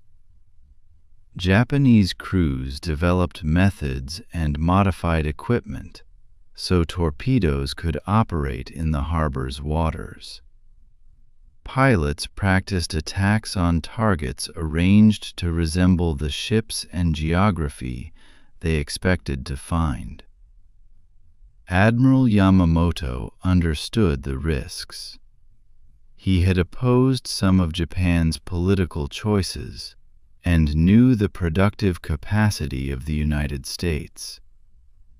But once war appeared likely, he argued that Japan needed a powerful opening blow. A slow, cautious beginning would allow the larger American economy to mobilize. The attack at Pearl Harbor was meant to create a temporary period of freedom in which Japan could capture its objectives and strengthen its defenses. The entire strategy rested on a hope that military shock could produce political surrender. History often turns on such hopes. Leaders try to predict how another society will react to fear, loss, and surprise. Sometimes they imagine the reaction they desire rather than the one that will actually come. During the autumn of 1941, the Japanese government was divided between continuing negotiation and preparing for war. But the two paths were not entirely separate. In October, Konoe resigned. General Hideki Tojo became prime minister. Tojo was closely associated with the army and with the war in China, though his appointment did not mean that diplomacy ended immediately. The new government continued negotiations while setting deadlines for a decision. Japan's leaders discussed the dangers openly. They knew the United States possessed far greater industrial potential. They knew a prolonged conflict could become disastrous. But they also believed that doing nothing under the oil embargo would gradually destroy Japan's military power. A fleet without fuel would become useless. An empire without access to resources could not sustain its war. Retreat from China appeared politically unacceptable, so the choice was presented as a narrowing one: accept humiliation and decline, or take a dangerous chance through war.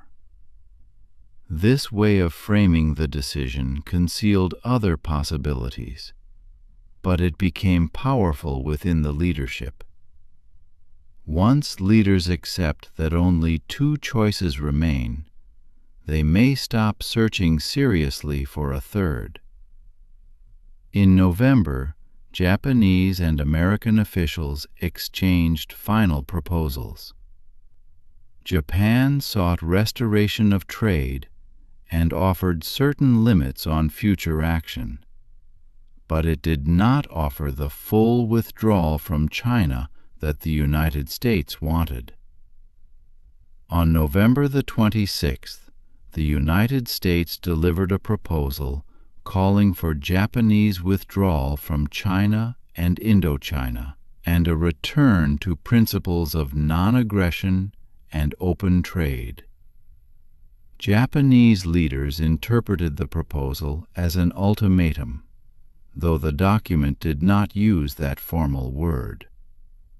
To accept it would mean abandoning the central results of years of war. The carrier strike force was already at sea. It had departed from the Kurile Islands and was moving east across the cold northern Pacific. Orr's orders allowed for the possibility of turning back if diplomacy succeeded. But diplomacy did not succeed. The fleet continued toward Hawaii. In Washington, American officials understood that war might be near. They expected that Japan could attack somewhere in Southeast Asia. The Philippines, Malaya, Thailand, or the Dutch East Indies appeared likely targets. Pearl Harbor was known to be a possible target, but many people considered a carrier attack across such a great distance unlikely. The base was far from Japan. The harbor was shallow. American planners often assumed that sabotage by local agents was a more immediate danger than an aerial assault. This concern influenced how aircraft were parked, with planes grouped closely together so they could be guarded more easily. That arrangement would make them vulnerable to bombing. The battleships were lined up along Ford Island. Many officers and sailors were ashore for the weekend. It was a Sunday morning. The ordinary rhythm of the base continued. People ate breakfast. Some prepared for church. Some slept. Some began routine duties. The base did not fully expect an attack across such a great distance. When the aircraft arrived, the defenses were not ready. The surprise was therefore not only the sudden sight of planes in the sky, it was the collapse of assumptions about where Japan would strike and how far its carriers could travel. Shortly before 8 o'clock on the morning of December the 7th, 1941, the first wave of Japanese aircraft reached Oahu. They attacked airfields to prevent American fighters from rising in defense. They attacked ships in Pearl Harbor with bombs and torpedoes. The peaceful Sunday morning became smoke, fire, explosions, and confusion. Torpedo planes flew low over the water. Dive bombers descended toward their targets. Fighters fired on aircraft and personnel on the ground. American sailors and soldiers rushed to their posts, often without complete information about what was happening. Some anti-aircraft guns lacked ready ammunition. Some aircraft could not move because they had been parked closely together. Ships began firing as crews organized their defense. The battleship USS Arizona was struck by a bomb that ignited ammunition and caused a massive explosion. The ship sank with more than 1,000 members of its crew. The USS Oklahoma capsized after multiple torpedo hits. Other battleships were damaged or sunk. Airfields were attacked, and many American aircraft were destroyed or damaged on the ground. A second wave followed the first. In less than 2 hours, the attack killed 2,403 Americans and wounded 1,178. The destruction appeared overwhelming. Smoke rose over the harbor. Burning oil spread across the water. Men were trapped inside damaged ships. Rescue efforts began while attacks were still underway. Yet the Japanese strike did not destroy everything of strategic value. The American aircraft carriers were not in the harbor that morning. fuel storage facilities, repair yards, and submarine bases were not eliminated. Many damaged ships would later be raised, repaired, and returned to service. The battleships had been the visible symbols of naval power, and their loss was shocking. But naval warfare was changing. The attack itself demonstrated the growing power of aircraft carriers. The ships that were absent from Pearl Harbor would become central to the Pacific War. The immediate Japanese objective had been achieved only in part. The fleet was badly hurt, but not permanently destroyed. And the political effect was the opposite of what Japanese leaders had hoped. Instead of weakening American willingness to fight, the attack unified it. At nearly the same time as Pearl Harbor, Japanese forces launched attacks across the Pacific and Southeast Asia. Because of the international dateline and differences in local time, some attacks were recorded as taking place on December the 8th. Japanese forces moved into Thailand and British Malaya. They attacked Hong Kong, Guam, Wake Island, and the Philippines. They began the broad campaign designed to seize the resources of Southeast Asia and create a defensive empire. Pearl Harbor was therefore one part of a coordinated offensive. The image of aircraft over Hawaii became the most powerful American memory, but the strategic operation stretched across thousands of miles. In Malaya, Japanese troops advanced rapidly. In the Philippines, American and Filipino forces faced invasion. In Hong Kong, British and Commonwealth defenders came under attack. Across the region, civilians awoke to a new phase of war. Japan's leaders hoped speed would produce a completed empire before the Allies could organize an effective response. In the first months, the plan appeared to succeed, but that belongs to a later part of the story. Tonight, we are pausing near the moment when the separate wars in Europe and Asia became fully connected. News of the attack reached Washington while Japanese diplomats were preparing to deliver a message breaking off negotiations. Because of delays in decoding and typing the message, it was not presented before the attack began. The United States therefore received no formal declaration of war in advance. For Americans, this made the attack appear not only aggressive, but treacherous. On December the 8th, President Roosevelt addressed Congress. He described December the 7th as a date that would live in infamy.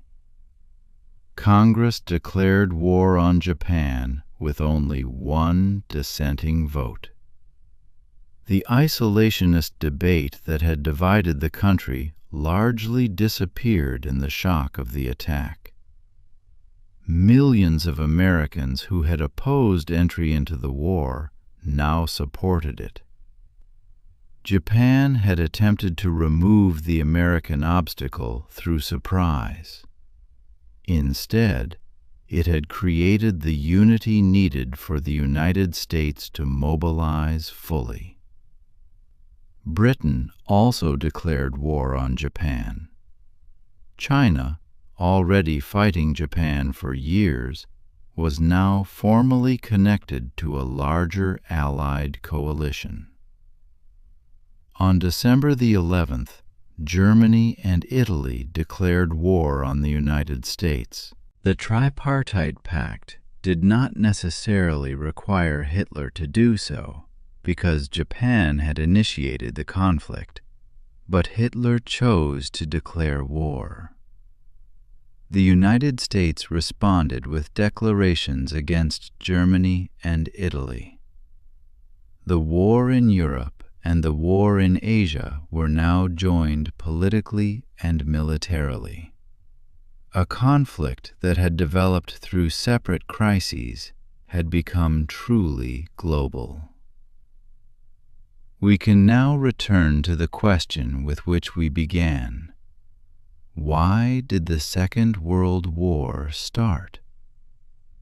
The simplest answer is that Germany invaded Poland in September 1939, causing Britain and France to declare war. But that answer identifies the immediate trigger, not the full cause. To understand the beginning, we have to look at the conditions that made the invasion possible, and at the decisions that made leaders believe it would succeed. The Treaty of Versailles mattered because it left deep resentment in Germany and provided extremist movements with a promise they could repeatedly use: the promise to reverse humiliation. But the treaty alone did not produce Hitler. Germany experienced a period of relative stability during the 1920s. A different political future remained possible. The Great Depression mattered because it destroyed jobs, savings, confidence, and support for moderate parties. But economic crisis alone did not require dictatorship or war. Countries suffered depression without choosing Nazi conquest. Hitler's ideology and ambitions mattered because he wanted more than equality among nations. He wanted racial empire, living space, and domination in Eastern Europe.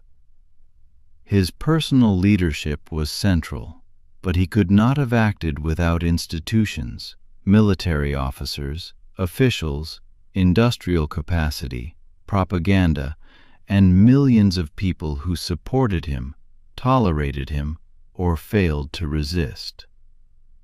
The weakness of the League of Nations mattered because aggression in Manchuria and Ethiopia brought few effective consequences.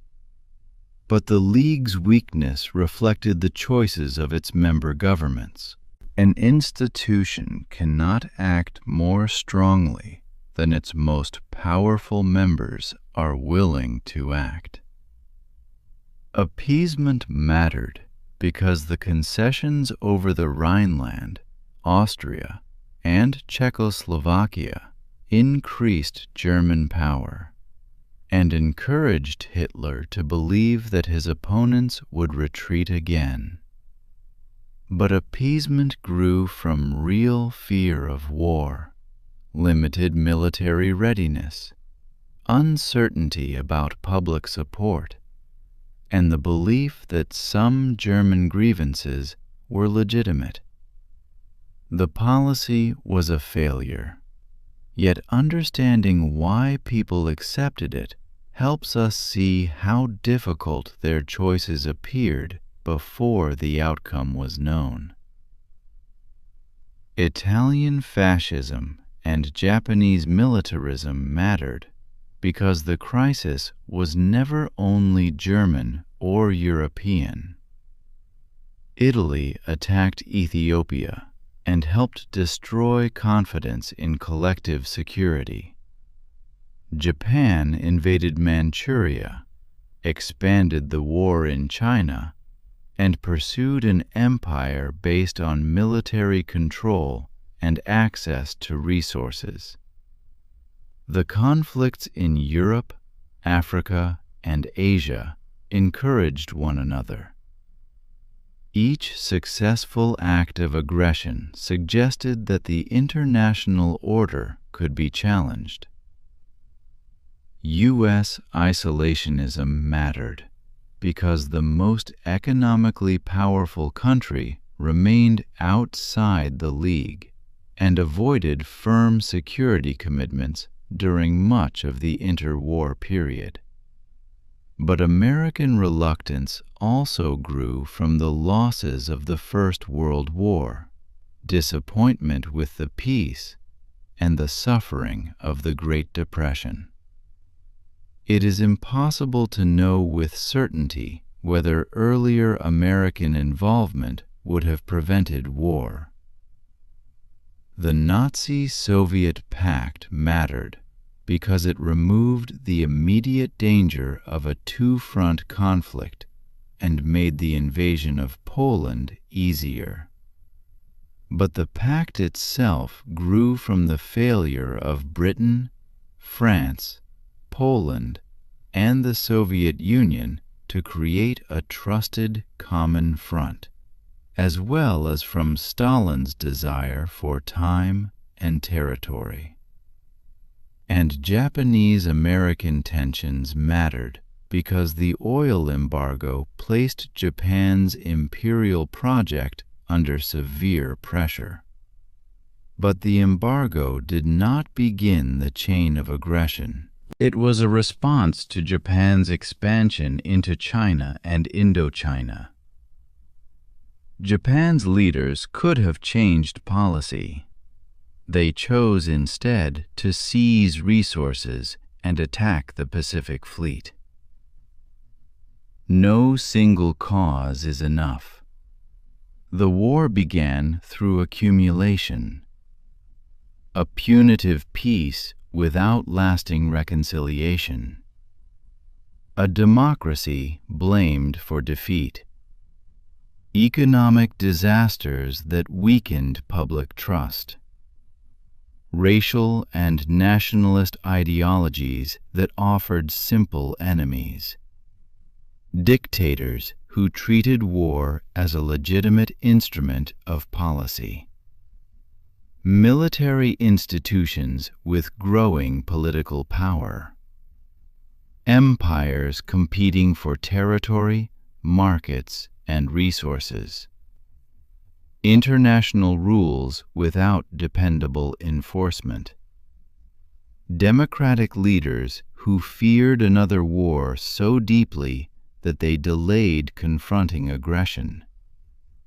And repeated decisions to take one more risk because the previous risk had succeeded. Was the war inevitable? Looking backward, the sequence can appear almost automatic. Versailles leads to resentment. Resentment leads to Hitler. Hitler leads to rearmament. Rearmament leads to expansion. Expansion leads to Poland. War in Europe leads to opportunity in Asia. Japanese expansion leads to sanctions.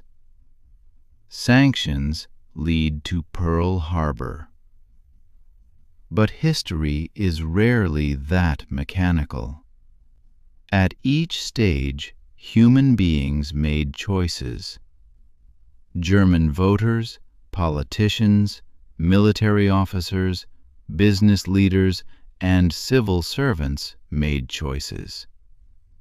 British and French governments made choices. Italian leaders made choices. Japanese officers and ministers made choices. American presidents, legislators, diplomats, and citizens made choices. Soviet leaders made choices. Some choices were made under fear, some under economic pressure, some under false information, some under ideological conviction, some because leaders misunderstood their opponents, some because they believed that a small concession would prevent a larger disaster, others because they believed a small war would produce a quick victory. The fact that choices existed does not mean they were easy.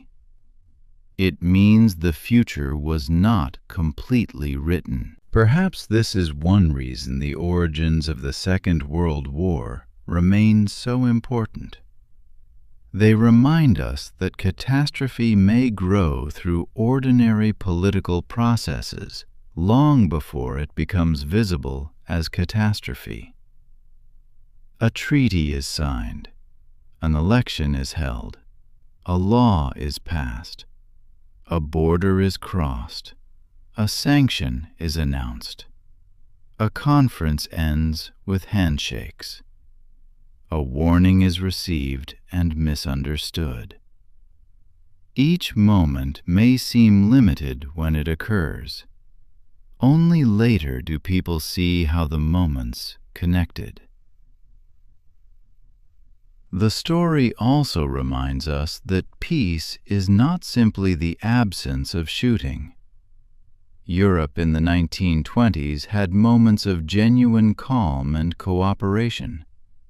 Germany joined the League of Nations. Agreements were signed. Economies recovered. Cities returned to ordinary life. People worked, traveled, studied, listened to music, watched films, and raised families. The future was not always dark. But beneath the calm were unresolved fears and resentments. Peace required more than signatures.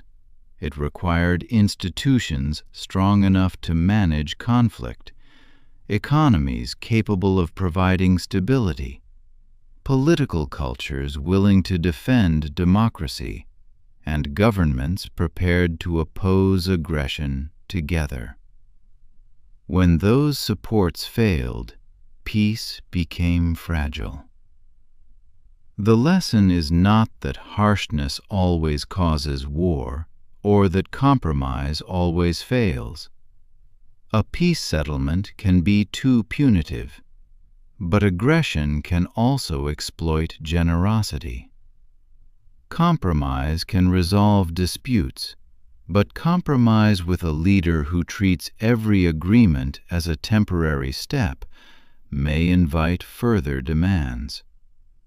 Sanctions can deter, but they can also intensify a crisis. Military deterrence can prevent attack, but it can also increase fear if intentions are misunderstood. History does not provide a simple formula.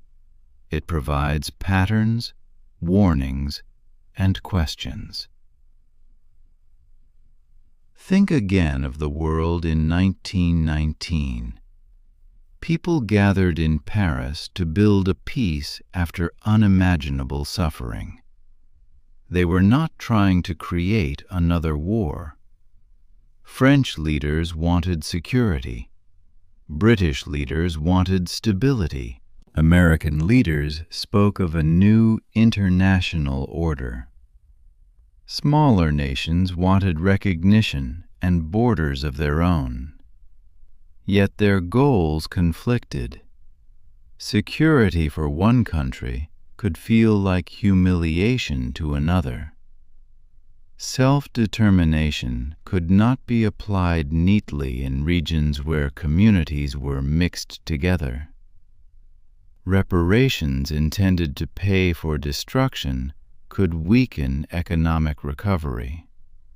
A new international organization could promise collective action, but remain dependent on governments reluctant to act. The peace contained hope and weakness at the same time. Then imagine Germany in 1923. where money lost value faster than people could spend it. Imagine Germany again in 1932, where millions had no work and parliamentary governments seemed unable to respond. Imagine a political movement offering pride, employment, unity, and revenge, while hiding dictatorship and racial violence inside those promises. Imagine Britain and France in 1938, with memories of trenches and casualty lists, facing the possibility that a dispute over the Sudetenland might begin another general war. Imagine the relief when an agreement was signed. Then imagine the disappointment when German troops entered Prague only months later.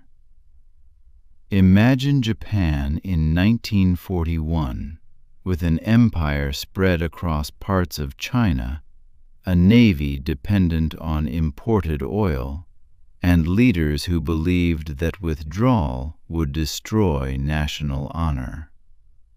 Imagine American officials watching Japanese armies move south while American oil helped keep those armies moving.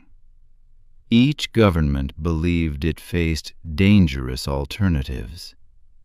But dangerous alternatives do not erase responsibility. Germany chose invasion. Italy chose invasion. Japan chose invasion. The aggressor's fear, resentment, or need for resources may help explain a decision, but explanation is not the same as excuse. By the morning of December the 7th, the long chain had reached Pearl Harbor. The attack seemed sudden to the people who heard the aircraft and explosions, but behind the surprise were years of expansion, sanctions, negotiations, military planning, and failed compromise. Behind those years were older conflicts about empire, race, resources, and international power. Behind those conflicts stood the incomplete peace of 1919. The world had moved from one great war to another in only 2 decades. Not because everyone wanted war. Most people did not. Not because peace was never attempted. It was attempted repeatedly. But the attempts were divided, inconsistent, and often unsupported by the power needed to defend them. Persistent leaders learned to interpret hesitation as permission. They gained territory without immediate defeat. They became more confident. Their opponents became more uncertain. And finally, the risks grew too large to contain. After Pearl Harbor, the United States entered the war with an energy that Japanese planners had not expected. Factories would expand production. Millions would enter the armed forces. The enormous conflict would continue for nearly 4 more years. But that later story is beyond where we will travel tonight. For now, we can remain for a moment at the edge of that Sunday morning in Hawaii. The harbor is covered with smoke. Sailors are rescuing one another. Messages are moving across telephone lines and radio networks. In Washington, officials are learning that the attack has begun. Across the Pacific, other attacks are already unfolding. In Europe, Britain has been at war for more than 2 years. In China, the war has lasted even longer. The conflicts are now joined. The Second World War has become a truly global war. And the question of why it began has no answer that can be spoken in one sentence. It began because the First World War ended without a secure and widely accepted peace. It began because economic catastrophe weakened democracy and strengthened extremism. It began because racism and radical nationalism were turned into government policy. It began because Japan, Italy, and Germany pursued expansion through force. It began because the League of Nations could condemn aggression, but could not reliably stop it. It began because leaders who remembered one terrible war delayed confrontation in the hope of preventing another.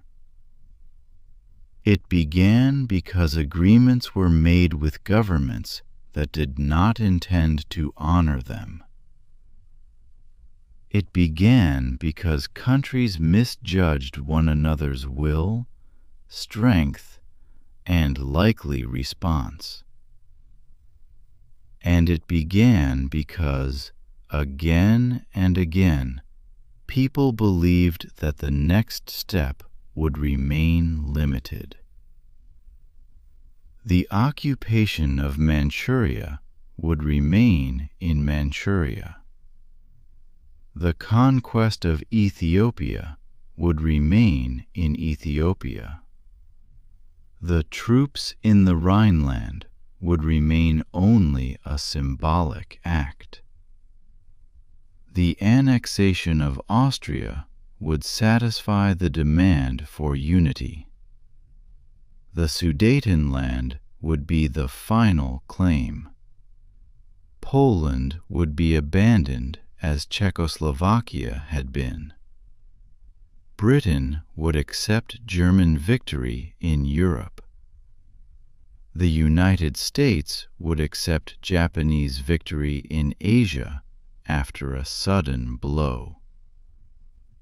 Each assumption was followed by a larger conflict. There is a quiet sadness in the distance between intention and result. The peacemakers at Versailles intended to prevent Germany from threatening Europe again. Their settlement became a source of resentment that Hitler exploited. British and French leaders at Munich intended to save peace. Their concession weakened Czechoslovakia and strengthened Hitler. American sanctions were intended to stop Japanese expansion. Japanese leaders answered by expanding the war. Japan attacked Pearl Harbor, intending to discourage the United States from a long struggle. The attack united American opinion and ensured full participation in the war. This does not mean that every policy caused the opposite of what was intended. It means that actions enter a world shaped by other people's beliefs and choices. No government controls every consequence. That uncertainty is one reason wise leadership is difficult. It is also one reason history deserves patience. Simple stories can make the past feel clear, but they often remove the decisions that made it human. The origins of the Second World War were not a puzzle solved by finding one guilty document. or one mistaken conference. They were a long failure of political order, combined with deliberate acts of aggression. The failure created opportunity. The aggressors used it. And so our story pauses here, not at the end of the Second World War, but at the moment when its separate paths became one.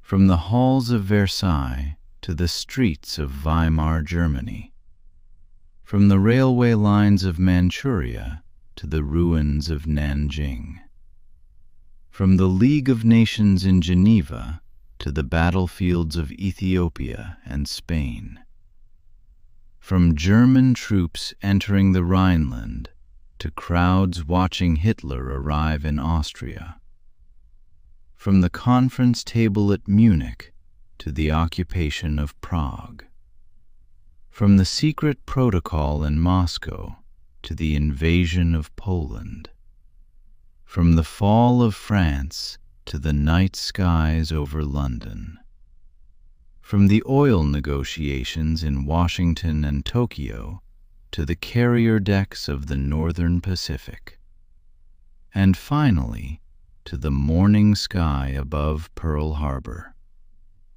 The road was long. It was not inevitable at every turn, but each unresolved crisis narrowed the possibilities of peace. Each successful aggression weakened the rules meant to contain the next one. Each misjudgment made a greater misjudgment possible. And by December 1941, much of the world had been drawn into war. As you rest, you do not need to remember every date or every name. You can simply let the story settle into a few quiet ideas. Peace after a war must be built carefully. Economic despair can become political danger. International rules need the will to enforce them. Fear of conflict can sometimes delay it, but delay alone cannot satisfy unlimited ambition. And events that seem separate may, over time, become part of one larger story. For tonight, that story has reached its stopping point. The harbor grows quiet only in our imagination. The smoke drifts slowly above the water. The old world of the interwar years has ended. A new and terrible stage of history has begun. And now you may let the names, the dates, and the distant places fade softly into the background. There is nothing more you need to follow, nothing more you need to remember tonight. You may simply rest.